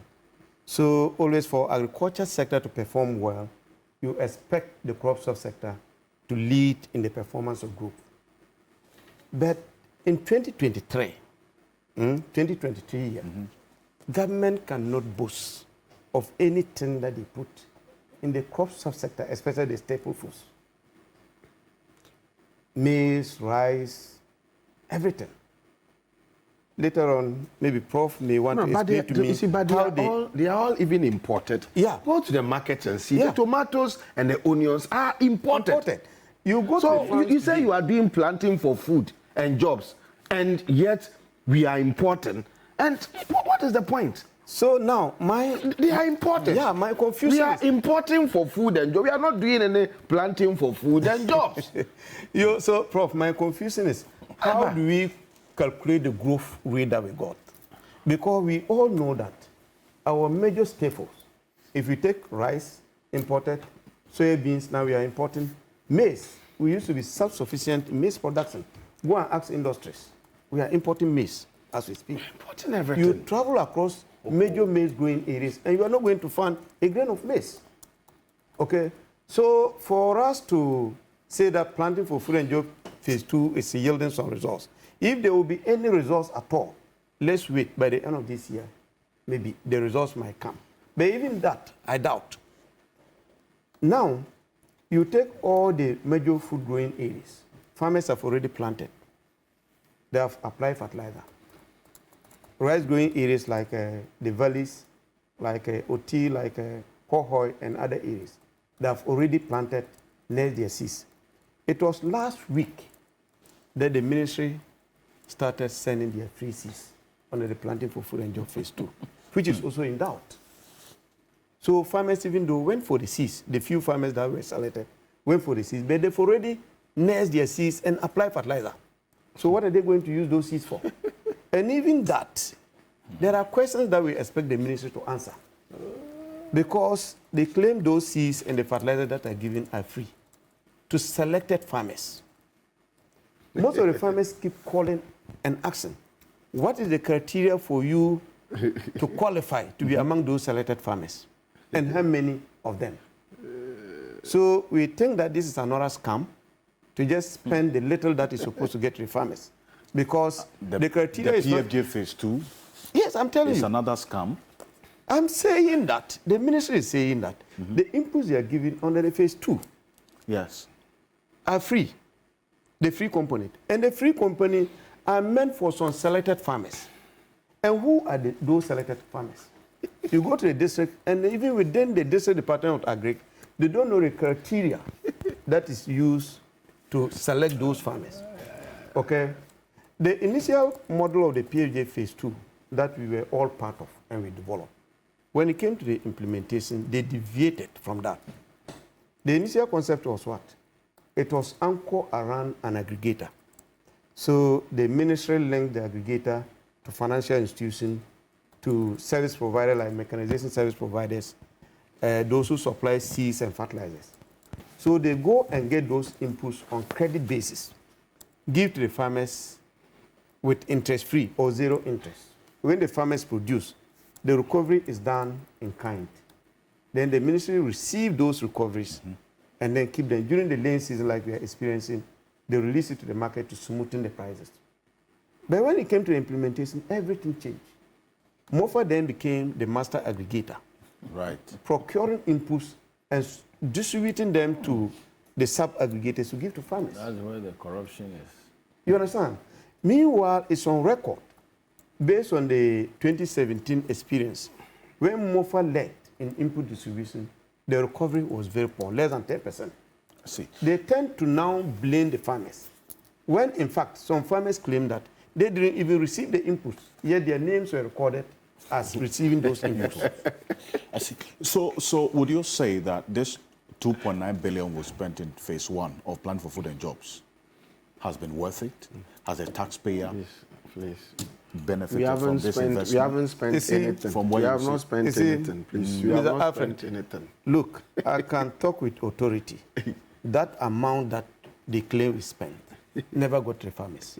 The Greater 2.9 percentage, billion never got to the I'm farmers. telling you, greater percentage remain with cronies, people that the then minister sees as his business partners and friends and family, were those who were engaged to distribute the inputs. We are all aware. When credible importers were left out of the program. Yeah, I don't think we... You understand? So, yeah, no, that is a fact. Now, secondly, you go to the farmers. It got a time no farmer was interested in any inputs that were supplied by the Planting for Food and Job phase 1. Because if you take those inputs, you are likely not to get anything. You go and take seed with very poor quality. When you grow it, no matter the quantity of fertilizer you apply, you are not going to get anything. So, in fact, apart from the fact that Brian came and then he saw the need to review it, there was no way it was even going to be sustainable. Okay? Apart from that, almost all the other subsectors of the agriculture was collapsing. Because if you take the 400 million you mentioned, which was spent in 2022, about 93% was of the MOFA total budget was going for Planting for Food and Jobs. All the other sectors, irrigation was left out, warehousing was left out, mechanization was left out. So we're depending on the few existing irrigation facilities and the mechanization that was in the system. So over time, if government continue to focus on only inputs, what happened to all the other sectors? Today, all the good things we are talking about agriculture, we can still relate greater percentage to our champions regime. The Operation Feed Yourself. I see. Travel across the country and see all the functional irrigation projects. They were created by our champion.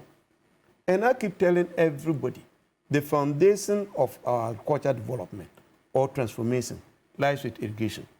So if you do anything without investing in irrigation, nothing will happen. Look at 2023 budget again. 200 million was allocated for irrigation development, and then 253 million for Polgo multipurpose dam. We all saw what happened in Parliament when the Polgo multipurpose dam came on board. In fact, we visited that place before the Parliament's committee went there. Yeah. It's a bare land. Yeah. Nothing is No, so happening. you see, let me just help so you can go. See, we should be worried as a nation when we hear government saying that we have spent X amount of money on this. Okay, we should worry because and yet nothing shows. You see, you remember, I think the beginning of the year, Akufo-Addo said they had allocated a certain quantum of money for the patching of potholes. I don't know whether you heard it. Yes. Fixing potholes and all that. Okay, drive on the motorway and see. Okay, if what our Kwame Nkrumah did, the road that our Kwame Nkrumah constructed, from time immemorial, around the time that Kwame Nkrumah constructed that road, if one vehicle used that motorway, we're told it took about 3 days for another vehicle to use that same motor. And Nkrumah was ambitious. And one of the reasons why he was overthrown by them was that he embarked on over-ambitious projects. Yeah. Okay, so what our Kwame Nkrumah did way back, you have not been able to expand it. Okay, if you've not been able to expand it, and you have allocated some monies to be fixing the potholes, why have they not been fixed? Yeah. Okay, they are there, and you drive there and see. Right. Over the week, we're driving there, and then you see the one who was driving just swerved a pothole, and we almost got the car somersaulted. And this is a motorway. Drive from Medina Race Junction to Ashalibutwe. They said they have allocated monies to be fixing the potholes. I said Medina Race Junction to Ashalibutwe. Drive there and see. Move from a recent, I was going to a funeral at Kwewu, okay? Drive on the road and see. So the money that they said they have allocated to be fixing the potholes, where did it go? And I like that the link that you make to the. So there was a question from one of our texts. Dr. Emmanuel Asante says, I want to find out what Dr. Charles Nyabe's own verdict on the one village, one dam is, because he talks about irrigation as well. Does the peasant farmers have any research on that? That's a quick question to you. Yeah. One village, one dam. Okay. So before I come to that, let me end with the Polgo dam that I was talking about. Yes. So you see, so we were so much interested in the Polgo dam. Just like I said, we think irrigation is the way to go. And if you look at the potentials of the communities in that area, you take from through Upper West, Upper East, Northeast, and part of Northern region. Mm-hmm. If we were to construct that Polgo multipurpose dam, the kind of lives, the kind of jobs, the kind of industrial hub that the dam was coming with. So we took so much interest in it. So when that happened, and they realized that no, nothing was going on, I think the association organized a meeting. And we met Bomia. Sorry, I see. We also met the NDC President Second John Mama. Bomia promised, that was in 2022, November, promised that in 2023, we're going to see something being done with that dam. I was just curious. I looked at the budget again. And I realized that allocation for Polgo multipurpose dam has dropped. So paying almost $12 million US to do the groundwork, the mobilization, you drop it. So that money is gone wasted. You talked of one village, one dam. You know, that was actually the brain, I can say that it was part of the brainchild of Peasant Farmers Association of Ghana. I see. Yes, because prior to the 2016 elections, we engaged all the major political parties, including MPP. So when we engaged their agric manifesto team, they asked us to come up with strategies. And then we told them, when you travel to Burkina today, we are importing tomatoes, pepper, and other things from Burkina. It's just based on the one village, one dam concept. You go there, every community, they have a dugout. Right. So they use that for the dry season farming. So when we engaged them, we sold the idea to them, and actually they picked it. Even this year, we sold other ideas to them. I see. You see, they picked it. So when it started, we were so much interested. So the moment they started, we actually engaged a researcher to look into it, to do the monitoring, right, to see what happened. So along the line, we visited some of the dams. We got to a place, we thought that they were just starting the construction of the dam. We made a follow-up and we were told that the dams were completed. You go there, you don't see the difference between the dam wall and the floor. The completed dam? I'm telling you, one rain, 3 dams were open. Just one rain. And I'm telling you today... One rain filled 3 dams? Yes. The dam wall opened and the water went out. Majority of the dams, about 90%, are currently not being used. Some of them were constructed in a way that they don't even contain water. The dam? The one village, one dam. Yes. It can't contain water. How can a dam not contain water? I'm telling you. You see, some of the dams were not constructed on a waterway. Others, the spillway was so low because it was poorly constructed. They do the spillway almost at the same level as the dam floor. So when the water comes, everything ran away. I see. Okay.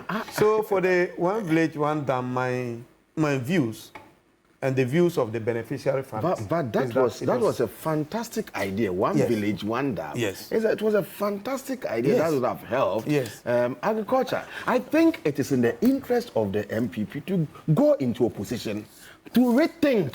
Yeah. Okay. Well, to do a sober introspection of themselves. It will not help them. It is in their own interest to go into opposition. So if they have any money they are throwing around, let them save it for themselves. Go into opposition, cut that dream, go and sit down and think. Because they are doing is shambolic. They are making a mockery of themselves. There's one aspect of it is in their own interest to go into opposition. And let our viewers and listeners know this, that Madam Sophia Akufo, former Chief Justice of the Republic of Ghana, I sat with her. You're going to hear her on this show in a few minutes, exclusively here on the key point. And this morning, some of my colleagues in the media have described her as the conscience of the nation. And that's the reason why you would hear her this morning. Yeah. So don't go away as yet. Yeah. Madam Sophia Akufo will be speaking in a bit. Yes. There was a point you wanted to make. So I want to now give you the reason why some of the projects, the agriculture projects, are actually failing, and I think we all need to have a say on it. I see. And I hope that Honorable Finance Minister, whom we work together in the civil society space, will actually take a sober look, reflect back on the days that we used to work together in the research that we do. And don't just sit there and receive information from party food soldiers and use that to make statements on national platforms as reality. If you take the one village, one dam, for instance, our further investigation showed that most of the contractors who were engaged never knew anything about dam construction. They didn't know anything about dam construction? No, just money were given to people. You know, one village, one dam, were some of the dams that were sold, the contracts that were sold in Flaster House. Okay, yeah, I see. No, but I know somebody who was given a contract to be sewing school uniform. He's not a tailor. Yeah. He's not a seamstress. People buy the contract and go and resell. There are expertise within the Irrigation Development Authority. and they are responsible for constructing or supervising any irrigation projects in the country, either private or public. With the one village, one dam, they were ignored. Media were never part of the project design. They felt that as for hole, everybody can dig a hole. Now, so that was what happened. Now, with the planting for food and job phase 2 again, I'm seeing the same thing happening. There are technical directors within the ministry. At the MOFA National Headquarters, when you go to the regional level, you go to the district level, who are fantastic. They know what's happening. I speak to them. But you bring one person who don't have any knowledge about agriculture, and is running the show. And that is what is happening in the Ministry of Food and Agriculture. Any minister who is put in that ministry, go there and they ignore all technical expertise or directors and do whatever they want to do, and we all keep quiet. With the phase 2, for instance, we were all engaged. Me, I was given a contract as an aggregator. Then you allow somebody to take me to districts where I've never operated, to go there and engage farmers and give them inputs. So you have over 40% of people who apply to supply inputs failing to sign the contracts. So for the ministry to be able to work well, I think the politicians need to minimize their influence. Their influence in some of the projects, policies, and implementation. Dr. Charles Nyaba, former Executive Director of the Peasant Farmers Association of Ghana. And there was this aspect as well. And another, yes. A quick one. Yes, a quick one. Yes, then we'll hear from Madam Sophia Kofu. Quick one, yes. On the planting for food and jobs. Planting for food and jobs. They have not planted anything. I mean, from what Dr. Nyaba is saying, it's a total policy failure.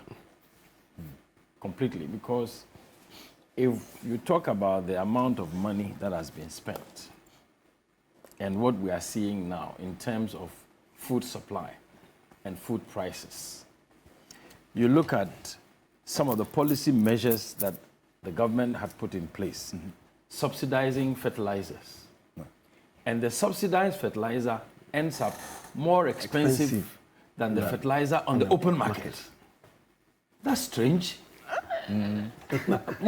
I mean, when I heard that, I thought no. Honestly, is that a fact? Yeah, that is a fact. It's a mental health issue. That seriously, the government subsidized fertilizer was more expensive than the fertilizer that is not subsidized by government on the open market. I mean, what failure in a policy can there be worse than a situation like this? Two, you're also talking about supply of seeds. That the seeds were supplied after the farmers themselves have gone beyond the seedling period. They've already planted. No. They've already the seedlings. Now the seeds are now being brought. When they have finished. When they have finished doing their seedlings and planting. And then three, it's like the quality supplying of textbooks when children are done with school. The quality of the seeds now. You are telling us. You are telling us about the construction of dams on a flat surface, basically, where the holding area is the same as the spillway area, at the same level. So where is the dam? When you say dam, it means there is a holding area. I'm not a technical person, but when we talk about something has been dammed, you have dammed a certain area so that water can stay in a certain reservoir. So really, what was the policy? How was it implemented such that today we are in such total failure? Now, the last point I want to make about this irrigation matter is the Pualugu Dam scandal. If the facts are that the government has paid $12 million for a project that actually does not exist, I think that the officials in government, and this must go to the president who is telling everybody that his basically hand-picked candidate, Baumia, should be brought so that he and his cronies go and sit at home and manipulate him. Well, says he'll be his own man. No, please, let's talk. He will I don't want to go on the time, but let me make my point. Okay. the president has to take responsibility with his minister for agric and the agencies that are responsible for tracking how our monies are spent. $12 billion paid on a project that does not exist. The government, the president, the finance minister does not see anything wrong with it. The minister of agric doesn't see anything wrong with it. They are not telling Ghanaians anything as if it is just chicken feed, as if it's just small change. Now, if you do this with the resources of the scarce resources, and I will go back to Professor Jampo's thing, and that is true. What are you going to get with the economy? What really is going to come out of the economy? It will seem like it is all a talk. And when we as citizens, we as the people for whom the government is holding our power and resources in trust, complain, then they tell us that we have simplistic minds. We have small brains. We don't understand economics. We don't understand statistics. Nobody is denigrating the value of statistics or scientific data. No. But when there is such a huge disconnect between the numbers you are telling us and the reality on the ground, it will be an insult. That's why I said, I hope no official in government, the minister or whoever, has made that statement. Oh, yes, that yes. there are people who are trying to make sense of our situation vis-a-vis the data and the numbers that the government is throwing out, and that when we say we don't see the connection or the reflection of those numbers in reality, they are telling us that we are stupid. We are simple-minded. We don't even know what we are saying. When the government really is just throwing dust into people's eyes, and those who are discerning are sitting back and say, look, when Professor Jampo says that the government and the way they are running the government now shows that they are dumb. Initially, I thought I would not agree with him, but something struck me. I will agree with him because it will seem like this government has taken the lazy, dumb way of running an economy. Why? Borrowing, borrowing, borrowing, borrowing. Talk about. Now, if you choose that kind of a shortcut, and two, you are not able to apply those borrowed resources such that inflation will go down, food prices will go down, unemployment will go down, duties and taxes will go down, and production will go up. You are not able to do that. I think it is a signal that this government is quite incompetent. Well, because they call somebody incompetent. Well, you talk about. I think this shows. Well, you talk about borrowing. Just we have to go for a quick break. Borrowing. A little small point. You still have your point. You still have your point. I'm a part of some. No, this is worrying. It's very worrying, honestly. Let me just say, I'll go for this quick break. When I'm back, Madam Sophia Kufu would hear from her. I sat with her on the issues of the governance, the leader we need going into this election, and then also her take on the financial sector cleanup and these issues of borrowing as well. She has a take on it. Stay with us. We'll be back shortly. Don't go away.